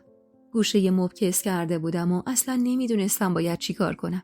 زن جوونی که بعدم فهمیدم زنمو یه دانیاله ضبط صوتی آورد و نوار گذاشت و چند زن جوونتر رو بلند کرد تا دستی تکون بدن و برقصن. تو دلم انگار اما رخت می شستن. دلم میخواست هرچه زودتر مراسم تموم بشه و دانیالو از نزدیک ببینم. تمام ناخنامو کنده بودم و دستمو به خون انداخته بودم. توران با هرس فشاری به بازوم آورد و گفت نکن پوری. حالا فکر میکنن درد و مرضی داری که اینجوری میکنی با ناخنت. چته تو؟ بغض بعدی گلومو گرفته بود. با خودم گفتم چه الکی الکی شوهر کردی؟ که ننه با کنجکاوی گفت عقد دامادو هم خوندن. مینا که داشت میوه تعارف میکرد با خوشرویی گفت بله آسیه خانم، عقدو به خانداداشم هم خوندن. انشالله خونه که خلوت‌تر شد زن داداشو میفرستیم پیش داداشم تا یکم با هم خلوت کنن. اینو که گفت یکم دلم آروم گرفت. باقی مراسم به رقص و خوردن و غیبت کردن از این و اون گذشت. عمه سوری میرفت و میومد و با شوق به ننه میگفت باید روزی 1000 بار به جون من و فروزان دعا کنی که این وصلت رو سر دادیم. ننه هم انگار کم کم یخش باز شده بود که اخماششو به لبخند محوی داده بود و گاهی دست و بشکنی هم میزد. ساعت از 10 گذشته بود و سفره شام مفصلی که زبیده خانم تدارک دیده بود تازه جمع شده بود. 1 ساعتی میشد که فروزان همراه برادر کوچیکترش رفته بود پیش بچه‌ها و باقی مهمونا کم کم داشتن میرفتن. منم بلا تکلیف نشسته بودم ببینم چی میشه. یکم که گذشت دیگه ننه طاقت نیاورد. از جا بلند شد و چادرش رو سرش انداخت و رو به توران و من گفت پاشی دخترا، پاشی دیگه ما هم بریم. دیر وقته. یه وقت تو رو اذیت میشیم. زبیده خانم اما سری جلو اومد و گفت کجا آسیه جون؟ بچه‌ها هنوز 2 دقیقه هم نتونستن همو ببینن. ننه با طعنه گفت والا ما چند ساعت همینجور بیکار نشستیم، زور زدیم به در و دیوار. اگه بنا به این بود که عروس و دوماد بتونن همو ببینن، خب میتونستید زودتر بگید. حتی میشد این 2 تا جوون شام و لااقل با هم بخورن. دیگه خیلی وقت فامیلای ما رفتن و بیشتر زنای این مجلس محرم پسرتن. والا زمان ما هم اینجور ندیده و نشناخته عقد نمی کردن. الانم دیگه دیره. ما بریم بهتره. دیدن و حرف زدن این 2 تا جوونم باشه واسه یه وقت دیگه. انشالله بیاد خونه خودمون، اونجا همو میبینن. زبیده خانم اما سری مینا رو صدا کرد. مینا جان مادر، برو بگو دانیال بیاد پایین. مینا چشمی گفت و به سرعت از سالن بیرون زد. ننه اما حسابی خودشو گرفته بود و قصد کوتاه آمدن نداشت و دوباره خواست از سالن بره بیرون که زبیده خانم جلوشو گرفت. آسیه خانم جون، این کار ما رو بذار به پای ناشیگری. والا دانیال پسر بزرگمه. جز اون پسری داماد نکردم که رسم و رسوم بلد باشم. بچم هم انقدر خجالتیه که 100 بار بهم گفته تو جمع زنونه نمیاد. شما تشریف بیارید بشینید تو سالن، یه چیزی میل کنید. پوری جونم با اجازه شما و آقا قدرت میره تو حیاط 2 دقیقه با دانیال صحبت میکنه. ننه و توران به اصرار زبیده خانم به سمت سالن برگشتن و منم همراه سیما خواهر دیگه دانیال به سمت حیاط رفتم. از شدت اضطراب اما تمام بدنم میلرزید. سیما با محبت بوسه‌ای بگونم زد و گفت همینجا رو تخت بشین، الان داداشم میاد. چشمی گفتم و گوشه ی تخت نشستم. چند دقیقه بعد صدای قدمایی به گوشم رسید و باعث شد هیجانم به اوج برسه. چند تا نفس عمیق کشیدم تا به خودم مسلط باشم. طولی نکشید که دانیال نزدیک شد و با فاصله ازم روی تخت نشست و با صدای خفه‌ای سلام کرد. 4 قدم و جلو کشیدم و به سختی جوابشو دادم. حتی روی اینو نداشتم که برگردم و نگاش کنم. با خودم گفتم الانه که دستتو بگیره، یا نه شاید بخواد ببوستت. وای اگه میخواست بوسم کنه. نه حتما ننه میفهمید و قیامت به پا میکرد. یادم سر عقد توران وقتی توران نامزدش موقع خداحافظی چند دقیقه دم در حیاط تو تاریکی شب با هم تنها شده بودن. وقتی نامزدش رفت و توران برگشت توی خونه، ننه با جارو افتاد به جونش که چرا گذاشتی پسر همین اول کاری ماچت کنه؟ چرا سنگین رنگین نبودی و زودی وا دادی؟ توران اولش واسش سوال بود که ننه از کجا اینو فهمیده. اما وقتی ماتی که پخش شده یه روی صورتش رو دید، جواب سوالش رو گرفت. تو فکر و خیالم غرق بودم که سکوت بینمون و دانیال شکست و گفت ببخشید اگه نیومدم تو زنونه. من یکم خجالتیم. دست خودم نیست. با صدای خفه‌ای گفتم نه، ایرادی نداره. دیگه حرفی بینمون رد و بدل نشد. همینجور چند دقیقه نشستیم و خیره به زمین بودیم که یهو دانیال از جا بلند شد و گفت من دیگه با اجازهتون میرم بالا. میترسم یه وقت آقا قدرت از دستم ناراحت بشه. درست نیست اول کاری آدم پدر خانومشو ناراحت کنه. نمیدونستم باید خوشحال باشم که واسه آقام احترام قائله یا ناراحت باشم از این که حتی نخواست 2 کلمه با هم حرف بزنه. با تعجب سرمو بالا گرفتم و نگاش کردم. مضطرب به نظر می اومد. مدام اطرافو نگاه میکرد و نگاهشو ازم میدزدید. واسه همین با گیجی گفتم چرا مگه؟ ما که محرم همیم. آقا من فکر نمی کنم ناراحت شه. اگه خودش بهتون اجازه داده بیاید خب دیگه مشکلی نیست. تازه تو حیاط نشستیم. تو اتاق دربسته که نیستیم. لبخند نصف و نیمه ای زد. آره خب شما درست میگید. ولی وقتی میخواستم بیام احساس کردم آقا قدرت خیلی تمایلی به تنها موندن ما نداره. بعدم بدون اینکه فرصتی به من بده تا حرفی بزنم با اجازه ای گفت و به سرعت برق و باد از جلوی چشمم دور شد. حیرون مونده بودم. اصلا حتی به صورتم هم نگاه نکرد. در مونده همونجا نشستم منتظر ننه و توران و آقام. چند دقیقه بیشتر طول نکشید که اول توران اومد تو حیاط. تا منو دید اخمی کرد و گفت چرا رنگ به صورت نداری؟ بعدم نگاهی به اطراف انداخت و نزدیکتر شد و زمزمه کرد نکنه کاری باهات کرده. ببینمت. با دقت نگام کرد و ادامه داد با این رنگ و رو ننه ببینتت شک میکنه ها. اگه هم کاری کرده طوری نیست. محرمته. شوهرته بابا. وای مگه یادت رفته مجید شب عقدمون چی کار کرد؟ چشمم پر اشک شد. سرمو پایین انداختم و هیچی نگفتم که توران ضربه‌ای به بازوم زد و ادامه داد جمع کن خودتو. ننه بفهمه بلوا به پا میشه. میبینی که منتظر یه اتفاقی که جنگ را بندازه. به خدا همین که تونستید عقد کنینم معجزه بود. وگرنه ننه هیراه و بیراه دنبال بهونه است. حتی به اسم شناسنامه‌ش هم گیر داد. مگه ندیدی؟ بی حرف سری تکون دادم و جلوتر از ننه و آقا همراه توران به سمت در حیاط رفتیم. آقا حجت و زبیده خانوم برای بدرقه اومدن. من که اصلا سرمو بالا نگرفتم و چادرمو جوری کیپ کرده بودم که کسی صورت رنگو رو رفتم و نبینه. زبیده خانوم با شوق و الهی خوشبخت بشن. به خدا امشب میتونم سر راحت رو بالش بذارم. بس که نگران این پسر آینده‌اش بودم. دست رو هر کی میذاشتیم نمی آورد. تا بالاخره پوری قشنگمو دید. ننه کلافه گفت این آقا داماد ما نمیخواد بیاد لااقل از ما خداحافظی کنه. دامادار شدیم ولی یه نظر ندیدیمش. زبیده خانم خندید و گفت الان میاد بچم. بعدم با صدای بلند مینا رو صدا زد تا به دانیال بگه زودتر بیاد. دیگه دلم نمیخواست اما ببینمش. حتی وقتی صدای سلامش رو شنیدم سرمو بالا نگرفتم. قلبم بد جوری شکسته بود. حس می‌کردم فقط به خاطر اصرار خانواده‌اش منو گرفته. وگرنه خودش هیچ تمایلی به من نداشته. فکر و خیالاتمو پس زدم و زیر چشمی نگاهشون کردم که دیدم با اشاره زبیده خانم نزدیک ننه شد و با احترام گفت خوب هستید شما؟ ببخشید اگه من نیومدم تو مجلس زنونه. یکم سخت بود واسم. زیاد عادت به همچین مجلسایی ندارم. ننه با طعنه گفت دیگه یه سلام علیک ساده سختی و راحتی نداره. دانیال سری تکون داد و دستش رو سینه‌اش گذاشت و دوباره عذرخواهی کرد. با کلی عزت و احترام بدرقمون کردن. تازه لحظه آخر دست آقا من بوسید. سوار ماشین که شدیم و از جلوی خونه‌شون دور شدیم، ننه با هرس گفت به خدا آقا قدرت، اگه 4 روز دیگه بفهمم یه ریگی به کفش قوم و خویش زنته، عمون نمیدم تو طلاقم بدی. چنان آبرویی ازشون میبرم که تو کتابا بنویسن. بعدم خودم ازت طلاق میگیرم. به خدا قسم اینا رفتارشون عادی نبود. چشمت به مال و منال این مردک افتاد. نفهمیدی چطور سر و ته عقد و هم آوردن؟ نکردن یه دقیقه دامادو بیارن تو زنونه. من شک ندارم این پسره یه عیب و ایرادی داره. وگرنه این رفتارشون، دعوت نکردن جوونا و شرکت ندادن بچه‌های کوچیک‌تر و نبودن حتی 2 تا ریش سفید تو عقد چه معنی داره؟ من خاک بر سرم که هرچی تو این مدت تو شکم زدم گفتم بابا اینا یه ریگی به کفششونه. به گوشتون نرفت که نرفت. بعدم به سمت من برگشت و با خشم گفت تنها که شدید چی به هم گفتید؟ چطور بود رفتارش؟ چی کار کرد؟ حرفی هم زد؟ اشک نشست روی صورتم. و آقام که تا اون لحظه سکوت کرده بود با عصبانیت گفت بس آسیه، خستم کردی، جونمو به لبم رسوندی. ننه اما بی توجه به تشر آقا ضربه‌ای به بازون کوبید و گفت با تو اما چرا لال شدی؟ با هم حرف زدید؟ چی گفتید؟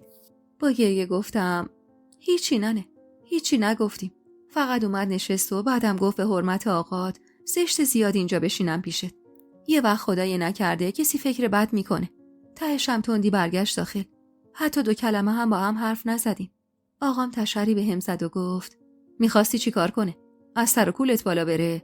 پسر حجب و حیا داره، خانواده داره، تربیت درست داشته که نخواسته چند دقیقه بعد از عقد تو رو معذب کنه. حرمت منو نگه داشته. به خدا قسم 1 کلمه دیگه در مورد این عقد بشنوم من میدونم و شماها تمومش گناسیه. هرچی آتیشه از گور تو بلند میشه که این دختر رو شیر کردی. مردم روزی 1 دختر شوهر میدن، ما 1 دختر شوهر دادیم، پدرمونو در آوردید. ننه که ساکت شد منم دیگه جرئت نکردم حرفی بزنم. آقا ما رو دم خونه پیاده کرد و رو به ننه گفت من امشب میرم پیش فروزان. بچه خیلی گریه میکنه، اونم دست تنهاست. ننه اخ میکرد و در ماشینو محکم به هم کوبید و با حرص گفت به جهنم. مگه وقتی میای پیش من چه گلی به سرم میزنی؟ برو پیش همون زنی که یه هر جایی.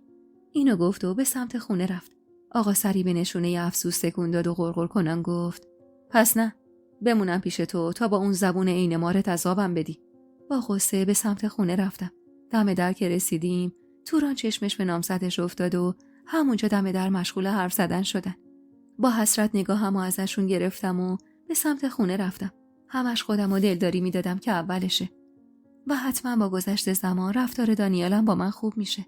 بچه بودم و سن و سالی نداشتم و تمام ذوق و شوقم واسه ازدواج یه سری چیزای دم دستی بود. واسه همینم بود که اون شب اونطور سعی میکردم خودمو قانع کنم، وگرنه اگه عقل الانمو داشتم هرگز با این حرفا خودمو گول نمیزدم. ننه چادرشو پرت کرد گوشه ی اتاق و رو به من گفت حواستو خوب جمع کن پوری. تا این پسره رو خوب نشناختی نمیذاری حتی انگشتش بهت بخوره. ماچو موچو بغلم نداریم که اگه خدای نکرده ای با ایرادی داشتن لااقل دست خورده نباشی. زانومو تو شکمم جمع کردم و گفتم چی میگی ننه؟ طرف حتی 2 کلمه هم با من حرف نزد. بعد تو میگی بهت دست بزنه؟ اصلا با فاصله از من نشست. انگار من غریبم. ننه با تردید گفت خیلی خوب، حالا نمیخواد زانوی غم بغل بگیری. صبر کن ببینم تو دوران عقد رفتارش چطور میشه. شایدم واقعا از حجب و حیاش بوده. پوری، هر چیز مشکوکی دیدی به من میگی یا الان خفه خون بگیری بعد عروسی نمیتونم واسط کاری بکنم. یادت نره. خودمم نمیدونستم از نظر ننه چه رفتاری مشکوکه. اما واسه این که بحثو تموم کنم باشه ای گفتم و رفتم خوابیدم. اما چه خوابیدنی. تا صبح دست به دست شدم و فکر کردم و گریه کردم. همش با خودم میگفتم شاید من خیلی زشتم که حتی نگامم نکرد. حتی نخواست ببینه چی تنمه. آخه مگه میشد یه مرد اینقدر سرد باشه؟ 1-2 روز از عقد گذشته بود و منم انگار نخانی رفته نخانی اومده. عین گذشته میرفتم مدرسه. روز اولی که رفتم هم کلاسیام دورم کردن. از مراسم عقد و کادوهای سر عقدم و اینکه کی قراره برم شهر سوال میپرسیدن. منم واسه اینکه کم نیارم با آب و تاب همه چیزو تعریف کردم. حتی وقتی خواستم از دیدار خودم با دانیال بگم پشت چشمی نازو کردم و گفتم دوست ندارم از خلوتم با نامزدم بگم. بعدم جوری رفتار کردم که انگار دانیال عاشق و شیدای منه. دخترها هم همه حسرت میخوردن و منم چنان قیافه‌ای به خودم گرفته بودم که حتی خودمم باورم شده بود یه نامزد عاشق پیشه دارم که بعد عقد پشت دستم و بوسیده و ازم تشکر کرده که بهش جواب بله دادم. تو راه برگشتن از مدرسه به خونه هم دعا می‌کردم که وقتی رسیدم خونه دانیال اومده باشه بهم سر بزنه. با خودم گفتم هرچی نباشه نامزدمه. باید واسه دیدنم بیاد. وقتی رسیدم خونه اما دیدم ننه نشسته تو حیاط و داره رختها رو میشوره. نگاهی به اطراف انداختم. قطعاً اگه دانیال اومده بود ننه سرش گرم پهن کردن لباس نبود. ناامید به سمت اتاق رفتم و با همون لباس مدرسه‌ام گوشه‌ای دراز کشیدم و خوابم برد. نمیدونم چه ساعتی از روز بود که با صدای ضربه‌ای که به در اتاق خورد از جا پریدم. جوری خوابیده بودم که کسی نمیتونه سر رو باز کنه. صدای پرهرس توران به گوشم رسید که میگو گم شو بیا بیرون پوری، نامزدت اومده. سراپا شوق شدم. سری از جا پریدم و لباس عوض کردم و قید دلخوری و غرغرای ننه رو زدم و یکم ماتیک به لبام زدم. موهامو فرق وسط گذاشتم و از اتاق بیرون زدم و سری دویدم و سرکی تو مهمون خونه کشیدم. اما کسی اونجا نبود. خواستم به سمت حیاط برم که در مهمون خونه باز شد و ننه اومد داخل رو به من گفت نامزده تو حیاطه. هرچی گفتم بیا داخل قبول نکرد. میگه عجله دارم باید برم. انگار قابل نمیدونه بیاد تو. سریع از کنار ننه رد شدم و رفتم تو حیاط. دانیال با یه پیراهن کرم رنگ و شلوار قهوه‌ای و بوی عطری که کل حیاطو گرفته بود گوشه ای ایستاده بود و سرش پایین بود. با شوق جلو رفتم و سلام کردم. سرشو بالا گرفت و خیلی معمولی جوابمو داد. سری خودمو جمع و جور کردم و نیشه تا بناگوش باز شدم و بستم و آهسته گفتم نمیای تو؟ سری تکون داد. راستش دارم برمیگردم شهر. کلی کار دارم و مرخصیم تموم شده. اومدم خداحافظی کنم. شاید تا بهمن که موعد عروسیه نتونم بیام ببینمت. ببخش دیگه. کارم یه طوریه که زیاد نمیتونم مرخصی بگیرم. این چند وقتم اینجا بودم دیگه هیچی مرخصی ندارم. لب ورچیدم و گفتم خب اگه میخواستید برید و این همه وقت نیاید چرا اصرار کردید اینقدر هول عقد کنی؟ اینو گفتم و نگاهی به اطراف انداختم. خبری از ننه و توران نبود. با خودم گفتم حالا که اون بهت نزدیک نمیشه تو یه کاری بکن. لااقل برای خداحافظی کردن دستش رو بگیر. 2 قدم نزدیک شدم و فاصلمون رو کم کردم و گفتم کی میرید؟ امروز؟ نه، فردا اول وقت. اینو که شنیدم گفتم خب پس لطفاً بیاد یکم تو بشینیم. آخه اینطور که نمیشه. هرچند دلم میخواست بهش بگم بیا و تا شب هم اینجا پیشمون بمون. آخه راستش کشش عجیبی نسبت بهش داشتم. همش دلم میخواست نگاش کنم یا حتی لمسش کنم. اما خب روم نمیشد. کمی این پا اون پا کردم و با احتیاط گفتم میخواید؟ یعنی ننم مشکلی نداره اگه بخواد یکم اینجا بمونید. به هر حال محرمیم. ما هم که اصلا با هم حرف نزدیم. یکم حرف بزنیم. همزمان با این حرفم یکم دیگه بهش نزدیک شدم. دختر بی‌پروایی نبودم. اما در برابر این مرد انگار کنترل رفتارم دست خودم نبود. دوست داشتم دستمو بگیره یا حتی نگاه محبت‌آمیزی بهم داشته باشه. همش یاد تعریفای توران از نامزدش میافتادم و غصه می‌خوردم که چرا دانیال حتی به صورتم هم درست نگاه نمی‌کنه. درسته به قول ننه زبونم دراز بود، اما فقط برای همسن و سالای خودم. دانیال که دید فاصله‌مو باهاش کم کردم کمی خودشو عقب کشید، اما نگاهش یهو مهربون شد و گفت نه ممنون، تعارف ندارم. بالاخره اینجا روستاست و محیطش کوچیکه. به نظرم بهتره گزک دست کسی ندیم. از این حرفاش تعجب کردم. درسته تو روستا بودیم، اما دیگه اونقدر هم عقب افتاده نبودیم. نامزد توران با اینکه اهل روستای خودمون بود انقدر نمیترسید و ملاحظه نمیکرد که دانیال اینطور رفتار میکرد. همینطور هاج و واج نگاش میکردم که دستپاچه گفت خب پوری جان، من دیگه باید برم. خیلی کار دارم. باید وسایلمو جمع کنم، ماشینو ببرم تعمیرگاه. فقط اومده بودم ببینم تو، ازت خداحافظی کنم. از اینکه پوری جان صدام کرده بود قند تو دلم آب شد، اما فقط واسه یه لحظه بود. بعد که به این فکر کردم حتی 2 کلمه حرفم درست با هم نزده، دوباره حالم بد شد که یهو دست کرد از تو جیبش یه پاکت کرم رنگ در آورد و به سمتم گرفت. با تعجب گفتم این چیه؟ پاکتو تکونی داد یعنی از دستش بگیرم. ازش گرفتم و اشاره کرد بازش کنم. مقدار زیادی پول بود. حیرت زده گفتم این واسه چیه؟ برا شماست. یعنی برا توه. خرجی این مدتی که نیستم. دوست ندارم دست جلو آقا دراز باشه. این کارش و این حرفش چنان به مزاقم خوش اومد که با خودم گفتم ببین پوری، پسر بیچاره دوست داره، وگرنه به فکر دست دراز کردنت پیش آقات نبود. حالا بلد نیست احساسشو نشون بده که گناه نکرده. خیلی از مردا همینطورن. تازه اون هم ممکنه یواش یواش درست شه. خواستم تعارف کنم که سری گفت دستمو رد کنی ناراحت میشم. این پولو پیش خودت نگه دار. هرچی هم خواستی باهاش بخر. واسه خرید عروسی هم هر چی لازم باشه ما از شهر برات میخریم. واسه جهیزیه هم اصلا سخت نگیر. خونه من کامله. چشمی گفتم و به سختی جلوی خندمو گرفتم. آخ که اگه دست خودم بود میپریدم بغلشو سفت ماچش میکردم. دانیال دیگه نموند و خداحافظی کرد و با گفتن اینکه سلام همه رو برسون از خونه بیرون زد. از خوشحالی رو پا بند نبودم. انگار رفتار سردش رنگ باخته بود برام.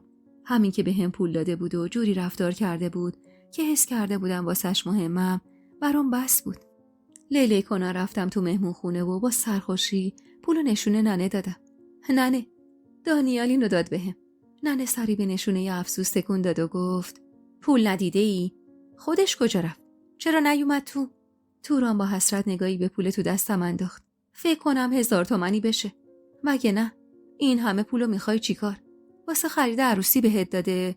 نوچی کردم و با غرور گفتم گفت خرید عروسی رو خودمون انجام میدیم. اینم باشه واسه خرجیه این مدتت. بهش گفتم لازم نیستا، اما گفت من خوشم نمیاد زنم دستش جلوی کسی دراز باشه. گفت تو دیگه زن منی، خرجتم باید با من باشه. بعدم گفت کار دارم و باید برگردم شهر سر کارم. گفت هر وقت بتونم واسه دیدنت میام. تازه گفت جهیزیه هم اصلا نمیخواد بیاری. خونه من کامله. از مبل و فرش و تلویزیون یخچال بگیر تا تخت خواب و میز ناهارخوری و غیره. جوری وانمود میکردم که انگار دانیال کلی با هم حرف زده. توران با حسادتی آشکار نگام میکرد. حقم داشت. خیال میکرد به قول عمه سوری من با کله افتادم تو ظرف عسل. نمیدونست دانیال حتی درست درمون به صورتم نگاه نکرده بود. 3 روز بعد از رفتن دانیال بود و داشتم حیاط جارو میزدم که در خونه زده شد. ننه که تازه از بیرون اومده بود برگشت و در رو باز کرد. کمر صاف کردم و سرکی کشیدم. زبیده خانم بود همراه دختراش. احوالپرسی گرمی با ننه کردن و اومدن داخل. زبیده خانم که منو جارو به دست دید اخم ظریفی کرد و رو به ننه گفت آسیه جون، دلت میاد جارو بدی دست عروسم؟ ننه با طعنه گفت نوکر کلفتایی که آقاش واسم ردیف کرده رفتن مرخصی. واسه همین خودمون باید کار خونه رو بکنیم. حرفا میزنی زبیده خانوما، کار خونه که آر نیست. زبیده خانوم چشم و ابروی نازو کرد و گفت پوری عروس خونه یه پسرم که بشه نمیذاریم دست به سیاه و سفید بزنه. خودم یکی رو سراغ دارم میفرستم بره کارای خونش رو بکنه. سوق زده جارو رو گذاشتم کنار و دستم و شستم و برای احوالپرسی جلو رفتم. زبیده خانم با محبت صورتم رو بوسید و گفت بچم دانیال که کار داشت و مجبور شد بره. بمیرم براش. دل کندن از نوع عروس قشنگش رو نداشت. اما خب میدونید که واسه دولت کار میکنه. اختیار وقتش دست خودش نیست، دست دولته. به آقا حجت گفتم یه کاری واسه این بچه جور کن تا خودش آقای خودش باشه. منتها دانیالم میگه نه. میگه من کارم رو دوست دارم. چه کنم؟ منم مجبورم راه بیام با دلش. با تعارف ننه همگی به سمت مهمون خونه رفتیم. سیما که دختر بزرگه بود با غرور نگاهی به دور تا دور مهمون خونه انداخت و گفت ببخشید شما مبل ندارید؟ آخه من زیاد نمیتونم رو زمین بشینم. پام خواب میره. ننه پوزخندی زد و بی تعارف گفت سیما جون، خواب رفتن پات به خاطر وزن بالاته. وزن تو میندازی رو پات واسه همین خواب میره. ما که مبل و صندلی نداریم. اما تو هم اگه اذیتی یکم وزن تو کم کن. از حرف ننه هم خندم گرفته بود، هم نگران شده بودم که خدایی نکرده بحثی بالا نگیره. سیما خواست حرفی بزنه که با نگاه تند مادرش و دستی که رو پاش گذاشت ساکت شد و با حرص سرش رو پایین انداخت. زبیده خانم بحث رو عوض کرد و گفت من اومدم عروس قشنگم و واسه فردا نهار دعوت کنم خونمون. حالا درسته پسرم نیست، اما ما که هستیم دوست داریم قبل از رفتن با عروس قشنگمون رفت و آمد داشته باشیم. اصلا ببینم واسه عروسیش چی دوست داره، میخواد مراسمش چطور باشه، از چه مدل لباس عروسی خوشش میاد که واسش همونو بگیرم. خلاصه اومدم اجازهشو ازتون بگیرم که فردا بعد از مدرسهش آقا حجتو بفرستم پیش. البته اینم بگم آسیه خانم، اجازهشو از آقاشم گرفتم. آقا قدرت گفتن صاحب اختیار دختر من مادرشه. اینه که گفتم به شما هم بگم. شک نداشتم آقام همچین حرفی نمیزنه. هرچی بود زبیده خانم از خودش میگفت تا دل ننه رو به دست بیاره، که دقیقاً همون حرفاشم باعث شد ننه نرم بشه و لبخندی رو لبش بشینه. واسه همینم با ذوق گفت آقا قدرت اینو گفت. زبیده خانم که حرف ننه رو تایید کرد، ننه هم دل داد به دلش. والا پوری دیگه عروس شماست، اختیار داره این دختر شمایید، هر جا خواستید ببریدش. بعد نیم نگاهی به من انداخت و کمی به زبیده خانم نزدیک شد. فقط خودتون میدونید دیگه اینا عقد کردن، خوبیت نداره.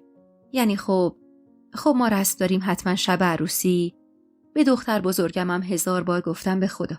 منتها پوری سنش کمتره، یکم سر به هواست. این که به خودتون میگم حواستون باشه، پوری هم عین دختر خودتون. اگرم تو این رفت و آمد و یه وقت به سرتون ده بود دیگه خودتون میدونید چی میگم. زبیده خانم سری تکون داد و گفت فکر و خیال نکن آسیه خانم، پوری هم عین سیمای خودم. فرقی ندارم با هم. این بچمه، پوری هم عزیز کرده یه بچمه. من عین چشمام مراقبشم. پسرم هم خدا را شکر اونقدری با حجب و حیاست که اصلا تو عقد همچین کاری نمیکنه. از حرفای بی سر و تهشون هیچی نمیفهمیدم. زبیده خانم که به ننه قول داد، انگار ننه خیالش راحت شد که رو به من گفت پاشو برو چایی بیار دختر. از جا بلند شدم و برای چای آوردن رفتم تو مطبخ. زبیده خانم و دختراش نیم ساعتی نشستن و گفتم فردا خودشون میان دنبالم. بعدم خداحافظی کردن و رفتن. به محض رفتنشون اما ننه گفت انگار من زیادی حساس شده بودم. این عزت و احترامی که اینا بهت میذارن بعید میدونم از سر دوز و کلک باشه. با کنجکاوی گفتم یعنی دیگه نمیخواید بدونید اون پسری که میگفتن تو خونه شهرشون زندگی میکنه کیه؟ ننه شونه‌ای بالا انداخت و گفت چی بگم والا؟ تو که نبودی و رفتی چای بیاری؟ از زبیده خانم سوال کردم. اونقدر تعجب کرد که نگو. گفت حتما همسایه کناری واسه خاطر دلخوری که از ما داره همچین دروغی سرهم کرده. وگرنه منم و این دوتا پسر. گفت حتی دانیالم هم زیاد خونه نمیاد. یا سر کاره یا خونه خودش. بعدم گفت آقا حجت یه برادرزاده داره، هم سن و سال دانیاله. گاهی میاد شهر پیش ما. بچه‌های منم آبجی و داداش صدا میزنه. منم گفتم لابد همینه دیگه. وگرنه مگه میشه جوون 20 اندی ساله رو تو خونه زندونی کرد جوری که هیچ کس ازش چیزی ندونه. خلاصه که انگار واقعا بخت بهت رو کرده پوری. در ضمن من بازم به زبیده خانم گفتم در مورد جهیزیه. اما گفت اصلا خونه دانیال اونقدر وسیله داره که جایی واسه استکان نلبکی هم نیست. منم گفتم نمیشه که اینجوری. بالاخره جهیزیه یه دختر عزت و احترامشه. گفت همون پول جهیزیه رو بدید طلا. چی بگم والا؟ آقاتم دستش تو خرجه. از یه طرف جهیزیه توران، از یه طرف هم خرجای تموم نشدنی اون زنی که حالا من باز بهش میگم اندازه پولی که واسه توران خرج جهاز کرده واسه تو هم بذاره کنار. به هر حال جفتتون دختراشید. وظیفه داره خرجتون رو بده. با ملایمت گفتم حالا اگه دست آقام تنگه واسه من عجله‌ای نیست که. ننه با حرص گفت دستش اگه تنگ بود تنبونش دوتا نمیشد. خربزه خورده، دندش نرم، پای تب و لرزش هم بشینه. چرا من از دهن بچه هم بزنم؟ اون به فروزان جونش بگه سالی یه بچه پس نندازه. انگار شرط کرده تا جون داره واسه آقات پسر بیاره. دیگه چیزی به ننه نگفتم تا بیشتر جوشی نشه. رفتم سر صندوق لباسا ببینم چه لباس مناسبی واسه فردا دارم. سرم گرم گشتن بین لباسا بود که توران اومد تو اتاق. با حسرت به انبوه پارچه ها و لباسا نگاهی انداخت. یه بلوز دامن زرد و کرم رو نشونش دادم و گفتم این خوبه؟ آخه گیج شدم. نمیدونم کدومو بپوشم. توران نگاهی به لباسم انداخت. قشنگه. پارچه‌اش چقدر نرمه. میگم پوری. امشب مجید میاد اینجا. میشه منم یکی از این لباسا بردارم؟ لب ورچیدم و گفتم مگه خودت لباس نداری؟ به حالت قهر گفت چقدر بخیلی. حالا یه لباس میدادی چی ازت کم میشد؟ اینو گفت و با قهر از اتاق بیرون رفت. چند دقیقه بعدش سر و کله ننه پیدا شد. نیم نگاهی به لباسای به هم ریخته انداخت و گفت میگم من استخاره کردم بعد اومده. کاش بشه نری فردا. اصلا اینا چرا عقلشون نرسید منو خواهرت هم دعوت کنن. شونه‌ای بالا انداختم و گفتم خب میخوای شما هم بیاید؟ ننه رو ترش کرد. مگه عقلم کمه جایی که دعوت نشدم برم و خودمو سبک کنم؟ تازه اونم کجا؟ خونه ی برادر اون افریته. تا حواستو جمع کن پوری. سنگین رنگین باش. الکی هم بگو بخند را نندازی بگن دختر جلفه ننش درست تربیتش نکرده ها. عین خانوما میری غذاتو میخوری دست به هیچ کاری هم نمیزنی. دفعه اولت میری خونه ی نامزدت. خودتو زیر کار بندازی تا ابد باید کلفتی مادر شوهر خواهر شوهر بکنی. اگه ازت سوالی کردن جواب بده. بی خود و بی جهت نشینی به حرف زدن و روی درازی کنی یا. ننه هی نصیحت میکرد منم فقط سر تکون میدادم و چشم میگفتم تا بلکه دست از سرم برداره. ولی خب خودمم خیلی دلشوره داشتم و ترجیح میدادم تو مهمونی اول ننه و تورانم همرام باشن. حتی راضی بودم فروزان باشه ولی تنها نباشم.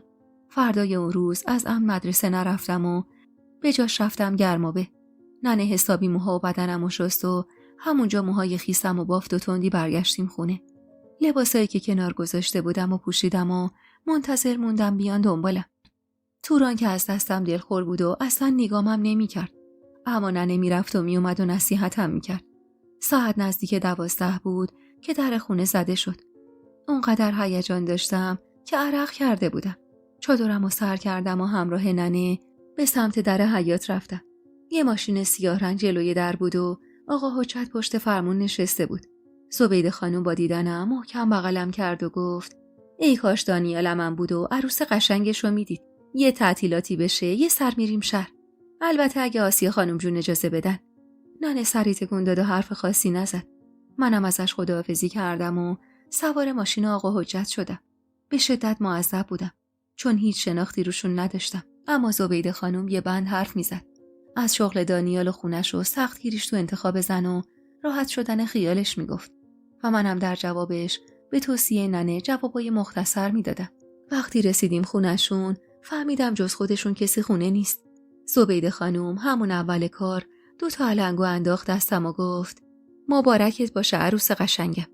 ما رسم داریم وقتی عروسمون واسه اولین بار پا به خونمون میذاره یه تیکه طلا بهش کادو میدیم. با این حرفش دیگه رو ابرا سیر میکردم و هی نگاهی به علنگوهای توی دستم مینداختم و به این فکر میکردم که فردا که میرم مدرسه علنگو رو به دوستام نشون بدم.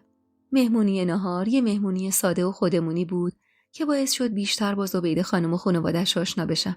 سیما دختر بزرگه بود و کمی هم از توران ما بزرگتر، اما خیلی فیس و افاده‌ای بود. واسه همینم زیاد حس خوبی از سیما نمیگرفتم و به قول ننه یکم اونق و مغرور بود. ولی مینا که 2 سال ازم بزرگتر بود خیلی با محبت بود و عین زبیده خانم محبتش رو راحت نشون میداد.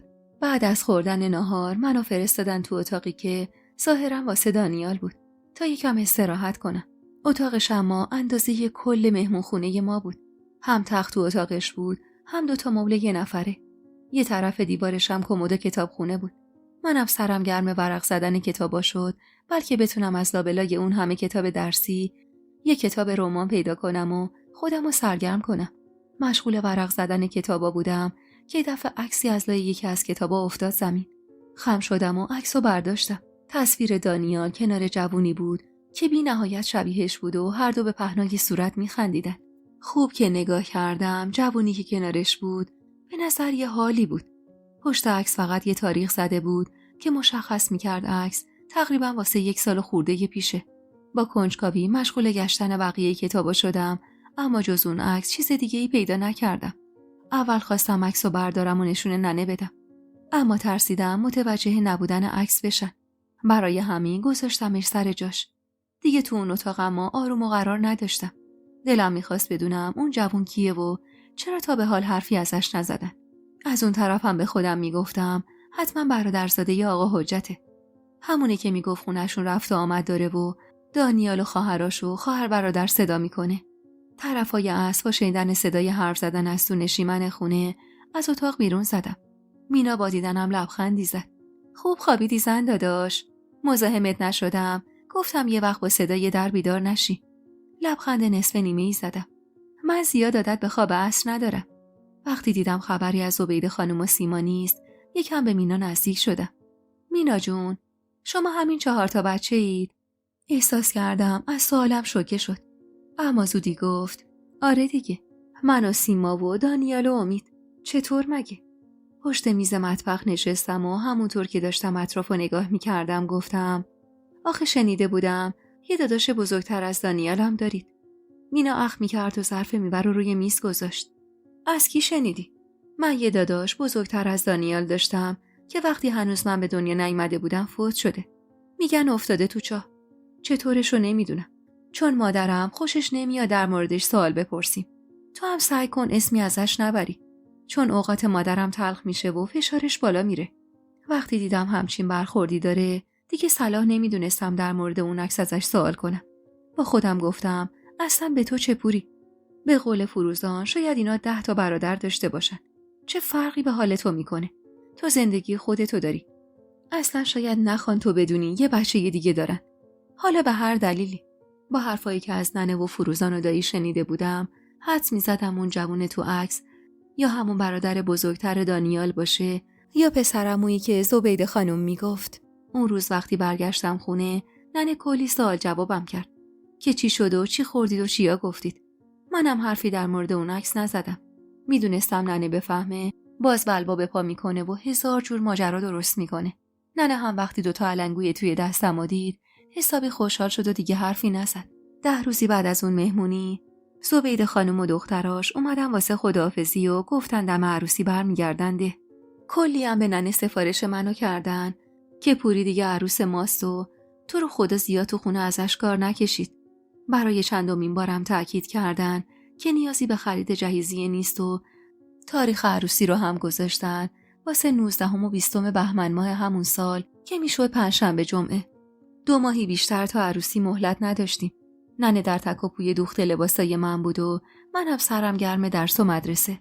هیچ خبری هم از دانیال نداشتم. فقط هر از گاهی فروزان از طریق آقام خبر میفرستاد که دانیال به پوری سلام رسونده. 1-2 بارم نامه‌ای ازش به دستم رسید. نامه‌هایی که خیلی معمولی بود و هیچ چیزی از عشق و عاشقی داخلش پیدا نبود. اما من بازم به همونا دلم خوش بود و روزی 100 بار میخوندمشون. اما خب دروغ چرا؟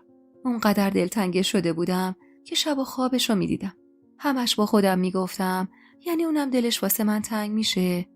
یادم 1 ماهی از عقلمون گذشته بود و ننه حسابی شاکی بود که چرا دانیال حتی 1 بارم شده نیومده سر بزنه. میگفت خونه‌شون روستای بغله و میتونه بیاد اونجا یه توکه پا هم بیاد تو رو ببینه. مدامم سر من غر میزد که مگه نگفتی نامزدت میره و زود زود بهت سر میزنه. کجاست پس؟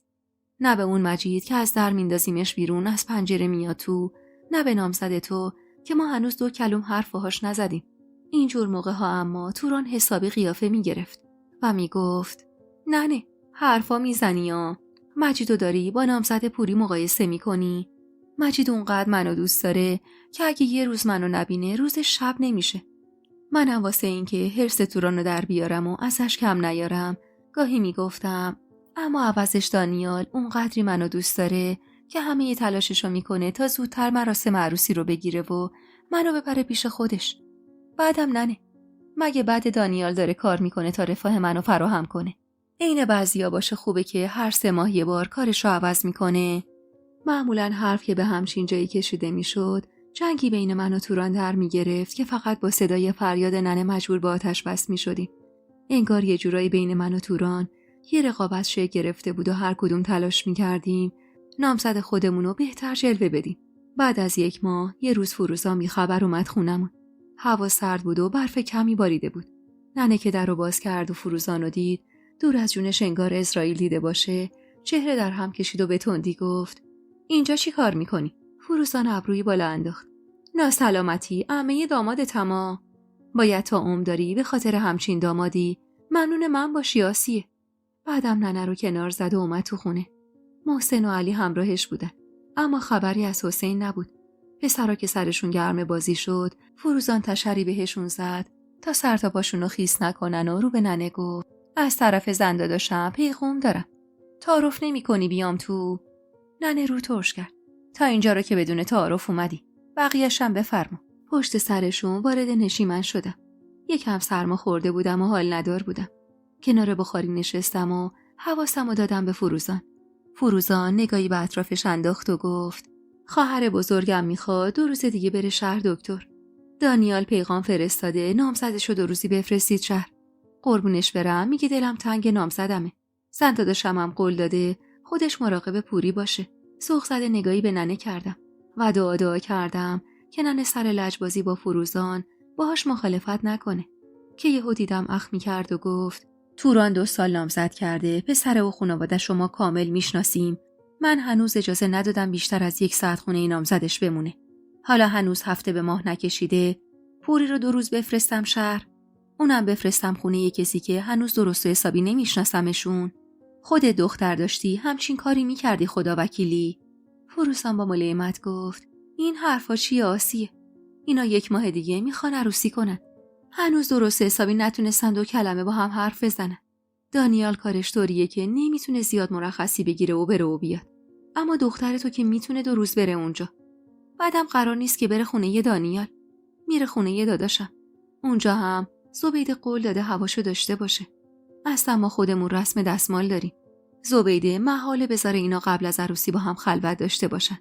ننه انگار 2 دل بود. مشخص بود هم دلش میخواد منو بفرسته تا به قول قبل عروسی 2 کلم حرف باهاش زده باشم و از اون طرفم ببینم اینا چطور خانواده این. همین که دلش راضی نمیشد منو تک و تنها بفرسته. فروزان که سکوت ننه رو دید گفت هرچند آقا قدرت رضایت داده به رفتنش و اجازه دخترم دست پدرشه. اما من خواستم از تو هم اجازه بگیرم. حالا هم خودت میدونی و قدرت و این دختر.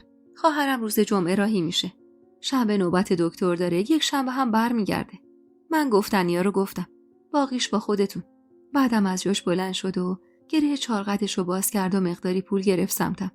این همسنداداش هم فرستاده که بدم به پوری دستش خالی نباشه. وقت نکرده بودم زودتر بیارم. ننه پولو از فروزان گرفت و هیچی نگفت. فروزانم خداحافظی کرد و از خونه بیرون زد. بعد از رفتنش ننه رو کرد به من و گفت خودت دلت میخواد بری؟ دلم میخواست. از خودم بود برم. اصلا از فکر کردن این که میتونستم دانیالو ببینم قند تو دلم آب میشد. سرمو پایین انداختم و سکوت کردم تا ننه خیال کنه خجالت کشیدم. ننه سکوتمو که دید گفت خیلی خوب. بذار با آقات حرف بزنم ببینم چی میگه. فعلا که ما همه چیو سپردیم به آقات. خدا آخر عاقبت ما رو با این وصلت به خیر کنه. شب که شد آقا خسته از بیرون اومد، ننه سری بحثو کشید به اومدن فروزان و حرفی که زده بود. آقام همونطور که سرش گرم خوردن شام بود، سری تکون داد. میدونم آسی، خبر دارم. حجت خودش خبر فرستاده بود که اگه فرصتی جور شد، یه بار پوری رو بفرستم شهر. حالا چه فرصتی از این بهتر؟ ننه کمی دست کرد. آخه چطور بگم؟ یعنی این دختر خب نمیشه که تک و تنها بره. ما که شناخت زیادی رو این خانواده نداریم. آقام لیوان آبشو کوبید تو سفره و با خشم گفت تو شناخت نداری آسیه. ولی من چند سال اینا رو میشناسم. آدم حسابیان. فکر کردی پسرشون عین این مجید ننه مرده است که تا چشمش به دخترت افتاد که تنبون شل بشه. اینا یه ماه دیگه عروسیشونه. 10 روز دیگه هم قراره زبیده خانوم بیاد تدارکات عروسی رو ببینه. چه حالا چه 1 ماه بعد اینا تهیج زن و شوهرن. مثل این دخترت نیست که افسار زندگیش افتاده دست تو و معلوم نیست که قراره دستشو بگیرن و ببرنش. هر بارم من یه چیزی میگم هی میگی صبر کن پسر خودشو جمع و جور کنه. توران بیچاره لب ورچید و به قهر از سر سفره بلند شد. هرچی میشد پای اون بیچاره وسط بود. دروغ چرا؟ دلم واسش میسوخت. ننه سری تکون داد و گفت چی کار این دختر داری این وسط؟ فکر کردی خودش خوشش میاد بلا تکلیف باشه؟ اونا باید بیان تاریخ عروسی رو مشخص کنن. مگه من از دست دخترم سیر شدم که برم بهشون بگم عروسیشون رو بگیرید و ببریدش؟ فردا روز همین حرف منو چماق میکنن، میزنن تو سر این بدبخت. این همه وقت صبر کردی، تا عید امسالم صبر کن. من خودم میرم با ننه این پسر حرف میزنم. آقا سری تکون داد و دیگه حرفی نزد. ننه هم دید تک و تنها افتاده، منم هیچی نمیگم. شونه‌ای بالا انداخت و گفت خیلی خوب. درسته که حرفات همه حرفاییه که اون زنی که تو دهنت گذاشته. اما هرچی نباشه اختیار این دختر دست خودته. بفرستش بره ببینم با این داماد انتخاب کردنت چه گلی به سر ما میزنی. آخ که دلم میخواست از خوشی داد بزنم و ننه رو سفت ماچ کنم. اما میدونستم اگه همچین کاری کنم ننه 2 نیشگون سفت ازم میگیره و میگه یکم از توران یاد بگیر. حیا داشته باش. اصلا همون بهتر پسر زیاد نمیره و نمیاد. وگرنه تو اینقدر حول شوهری که پسر رو فراری میدادی.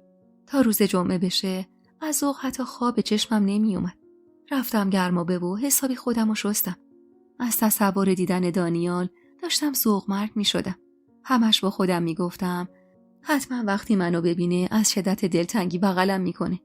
من حتی از فکر کردم به همچین چیزیم سرخ و سفید می شدم و بدنم مورمور می شد. توران اما آشکارا حسادت می کرد و هی می رفت و می اومد و به ننه می گفت 2 سال خون به جیگر من کردی، نذاشتی حتی یه از خونه مجیدینا بمونم. حالا گل دخترتو داری، واسه 2 روز میفرستی خونه نامزدش، اونم تو شهر. ننه هم زبونش بسته بود. اول با زبون خوش سعی میکرد تورانو ساکت کنه. اما وقتی دید توران دست از غرغر کردن بر نمیداره، آب پاکی رو ریخت تو دستش و گفت چه انتظاری داری توران؟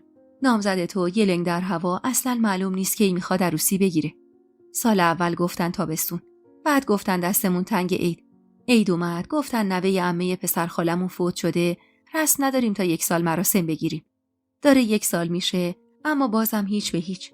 والا کجا تو این ده دیدی دختر 2 سال اندی عقد کرده باشه و خونه آقاش؟ حالا من هیچی نمیگم، خودت هم عقلت نمیرسه. پسر عین خیالش نیست. هی هر روز پا میشه میاد اینجا نون مفت آقاتو میخوره، نمیکنه یه قرون کف دستت بذاره. تازگی‌ها روش هم زیاد شده، هر سری میاد هی نیششو تا بناگوش باز میکنه که مادر جون هوس قرمه کردم. مادر جون دلم آش رشته میخواد. خب کارت بخوره تو اون شکمت. من اگه به حرفت گوش میدم صدقه سر دخترمه. گوشتم زیر دندونته. میترسم تلخی کنم و اونم به تو تلخی کنه. وگرنه هوس قرمه قیمه کردی برو به ننت بگو. نوکر مفت گیر آوردی. والا اگه عیب نبود میگفتم طلاق بگیر و خلاص. ننه که این حرفا رو زد توران زد زیر گریه و پناه برد به خرپشته. دلم واسش میسوخت و حس میکردم خیلی بالاتر از اونم. بچه بودم دیگه. خیال میکردم زندگیم عین بازیای بچگیه و هر کی زرنگ‌تر باشه برنده است.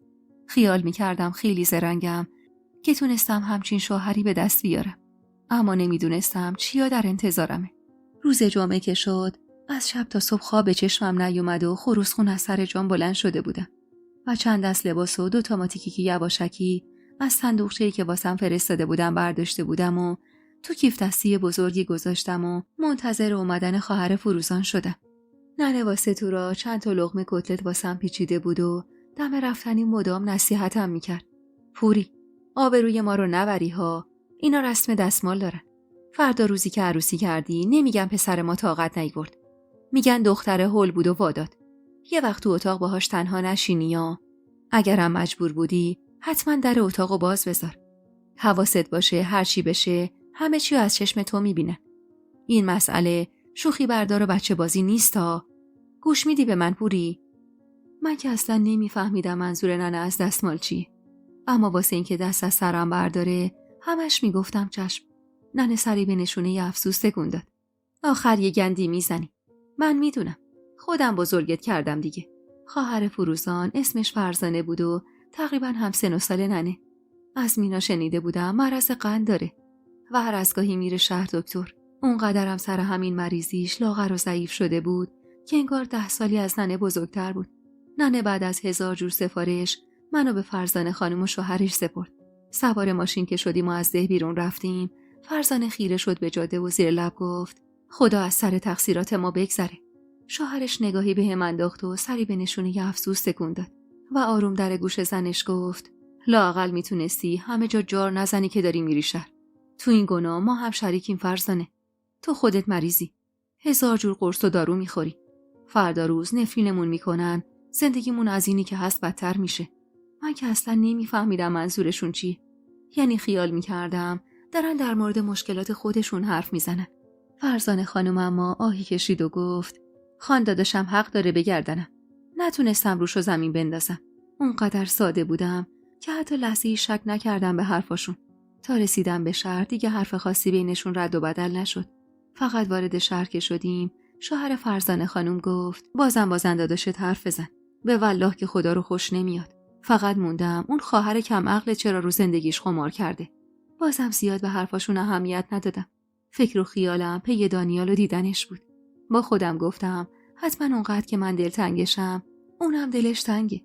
تو خیالم تصور میکردم که به محض دیدنم جلوی همه بغلم میکنه. بالاخره درس خونده و شهری بود. امروزی بود و این کارا رو خوب بلد بود حتما. با خودم میگفتم حتما همونقدر که من دلتنگشم اونم دلش تنگه. و تو خیالم تصور میکردم که به محض اینکه بتونه منو یه گوشه تنها گیر بیاره بغلم میکنه و ابراز دلتنگی میکنه. حتی از فکر کردم به این که دانیال بغلم کنه حالم یه جوری میشد. ماشین آقا داوود وارد کوچه بنبستی شد و جلوی یه در مشکی رنگ از حرکت ایستاد. من تا اون سن فقط یه بار رفته بودم شهر. اون هم به خاطر دندون درد شدیدی بود که تو سن 7 سالگی داشتم. یادم همون یه باری که رفتم آقام واسم یه ساندویچ خرید که مزه‌اش تا مدت‌ها زیر زبونم بود. خونه ی آقا حجت یه خونه ویلایی بزرگ و پر از دار و درخت بود. در خونه که باز شد تا چشم کار میکرد گل بود و درخت. از درخت کاج و سپیدار بگیر تا پرتقال و لیمو و نارنج. درست زمستون بود و اغلب درخت‌ها خشک شده بودن. اما بازم چیزی از زیبایی حیات بزرگ خونه کم نمی‌کرد. زبیده خانم به استقبالمون اومد. اما رنگ و روش مثل قبلا نبود و به نظر مضطرب میومد. سرسری با فرزانه خانم و شوهرش احوالپرسی کرد و تعارفشون کرد برن داخل. بعدم دستشو دور شونه من انداخت و با صدای بیجونی گفت خوش اومدی عروس قشنگم. بچم دل تو دلش نبود که زودتر بیای و ببینتت. از ذوق لبخندی به لبم نشست. اما روم نشد بپرسم دانیال کجاست. گفتم حالا با خودش میگه چقدر این دختر هوله. سعی میکردم نصیحتای ننه رو به یاد بیارم و خوددار باشم. وارد سالن خونشون که شدیم، اول از همه چشمم اون چلچراغ بزرگی که از سقف آویزون بود و گرفت. خونشون شبیه قصر بود. مبلای سلطنتی، فرشای ابریشم، تابلوهای گرون قیمت و میز ناهارخوری بزرگ که همه برای من جذاب و جدید بودن. درسته ما وضع مالی بدی نداشتیم، اما خب زندگی ما کجا و این خونه زندگی کجا؟ با راهنمایی زبیده خانم روی مبلی نشستم و کیفمو کنارم گذاشتم. اما به شدت معذب بودم و همش چشم میچرخوندم ببینم دانیال کجاست. زبیده خانمم بی‌حوصله زنی رو صدا زد. ربابه با تو هم. بیا از عروسم پذیرایی کن. خودشم رفت تا فرزانه رو به سمت اتاقشون که قرار بود توش مستقر بشم ببره. با خودم گفتم حتما منتظره تا دانیال بیاد بعد اتاق منو اون بهم نشون بده. و همینطور تو سرم رویا بافی میکردم. تو فکر و خیالات خودم غرق بودم که صدای زنی به گوشم رسید. سلام خانم، براتون چای آوردم. گفتم هوا سرده، یکم گرم بشید. تشکر کردم و چای برداشتم و رو میز گذاشتم. از فکر این که حتما دانیالم همچین خونه زندگی داره تو پوست خودم نمی گنجیدم. همش با خودم می گفتم آخ که اگه توران این خونه رو ببینه چقدر حسادت میکنه. به این چیزا فکر می کردم و به رباب خانم نگاه می کردم که سرشو با کار تو سالن گرم کرده بود و هر چند دقیقه یک بار خیره به من نگاه می کرد. وقتی دیدم خیلی نگاه میکنه لبخندی زدم و گفتم ببخشید سیما و مینا نیستن؟ رباب خانم لبخندی زد. دخترها معمولا روز جمعه تا دیر وقت میخوابن. الانم با اجازهتون خوابن. آهانی گفتم اما دیگه دلم طاقت نیورد. واسه همین پرسیدم دانیالم خوابه؟ رباب خانم لب گزید. نه، بیدارن. یعنی نمیدونم. اینجا نیستن. شب میان. رفتارش عجیب بود. مدام نگاه میکرد و زیر لب چیزی میگفت که نمیشنیدم. اما من حسابی کلافه بودم. تو سالن تنهام گذاشته بودن و هیچ خبری از کسی نبود. شوهر فروزانم رفته بود تو حیاط دستی به ماشینش بکشه. نیم ساعتی گذشت تا بالاخره سر و کله زبیده خانم پیدا شد. خونه شهرشونم 2 طبقه بود و حس می‌کردم اتاق طبقه بالا. این بار که زبیده خانم اومد به مراتب اما حالش بدتر بود. مدام دستاشو تو هم گره می‌کرد و نفسای عمیق می‌کشید. انگار که بابت چیزی نگران باشه. کنارم که نشست با احتیاط گفتم طوری شده؟ حالتون خوبه؟ لبخند مصنوعی روی لبش نشوند و گفت خوبم دخترم. خوبم عزیزم. دانیال یکم دیر کرده، کلافم. قول داده بود صبح زود بیاد. میبینی که دم ظهره و خبری ازش نیست.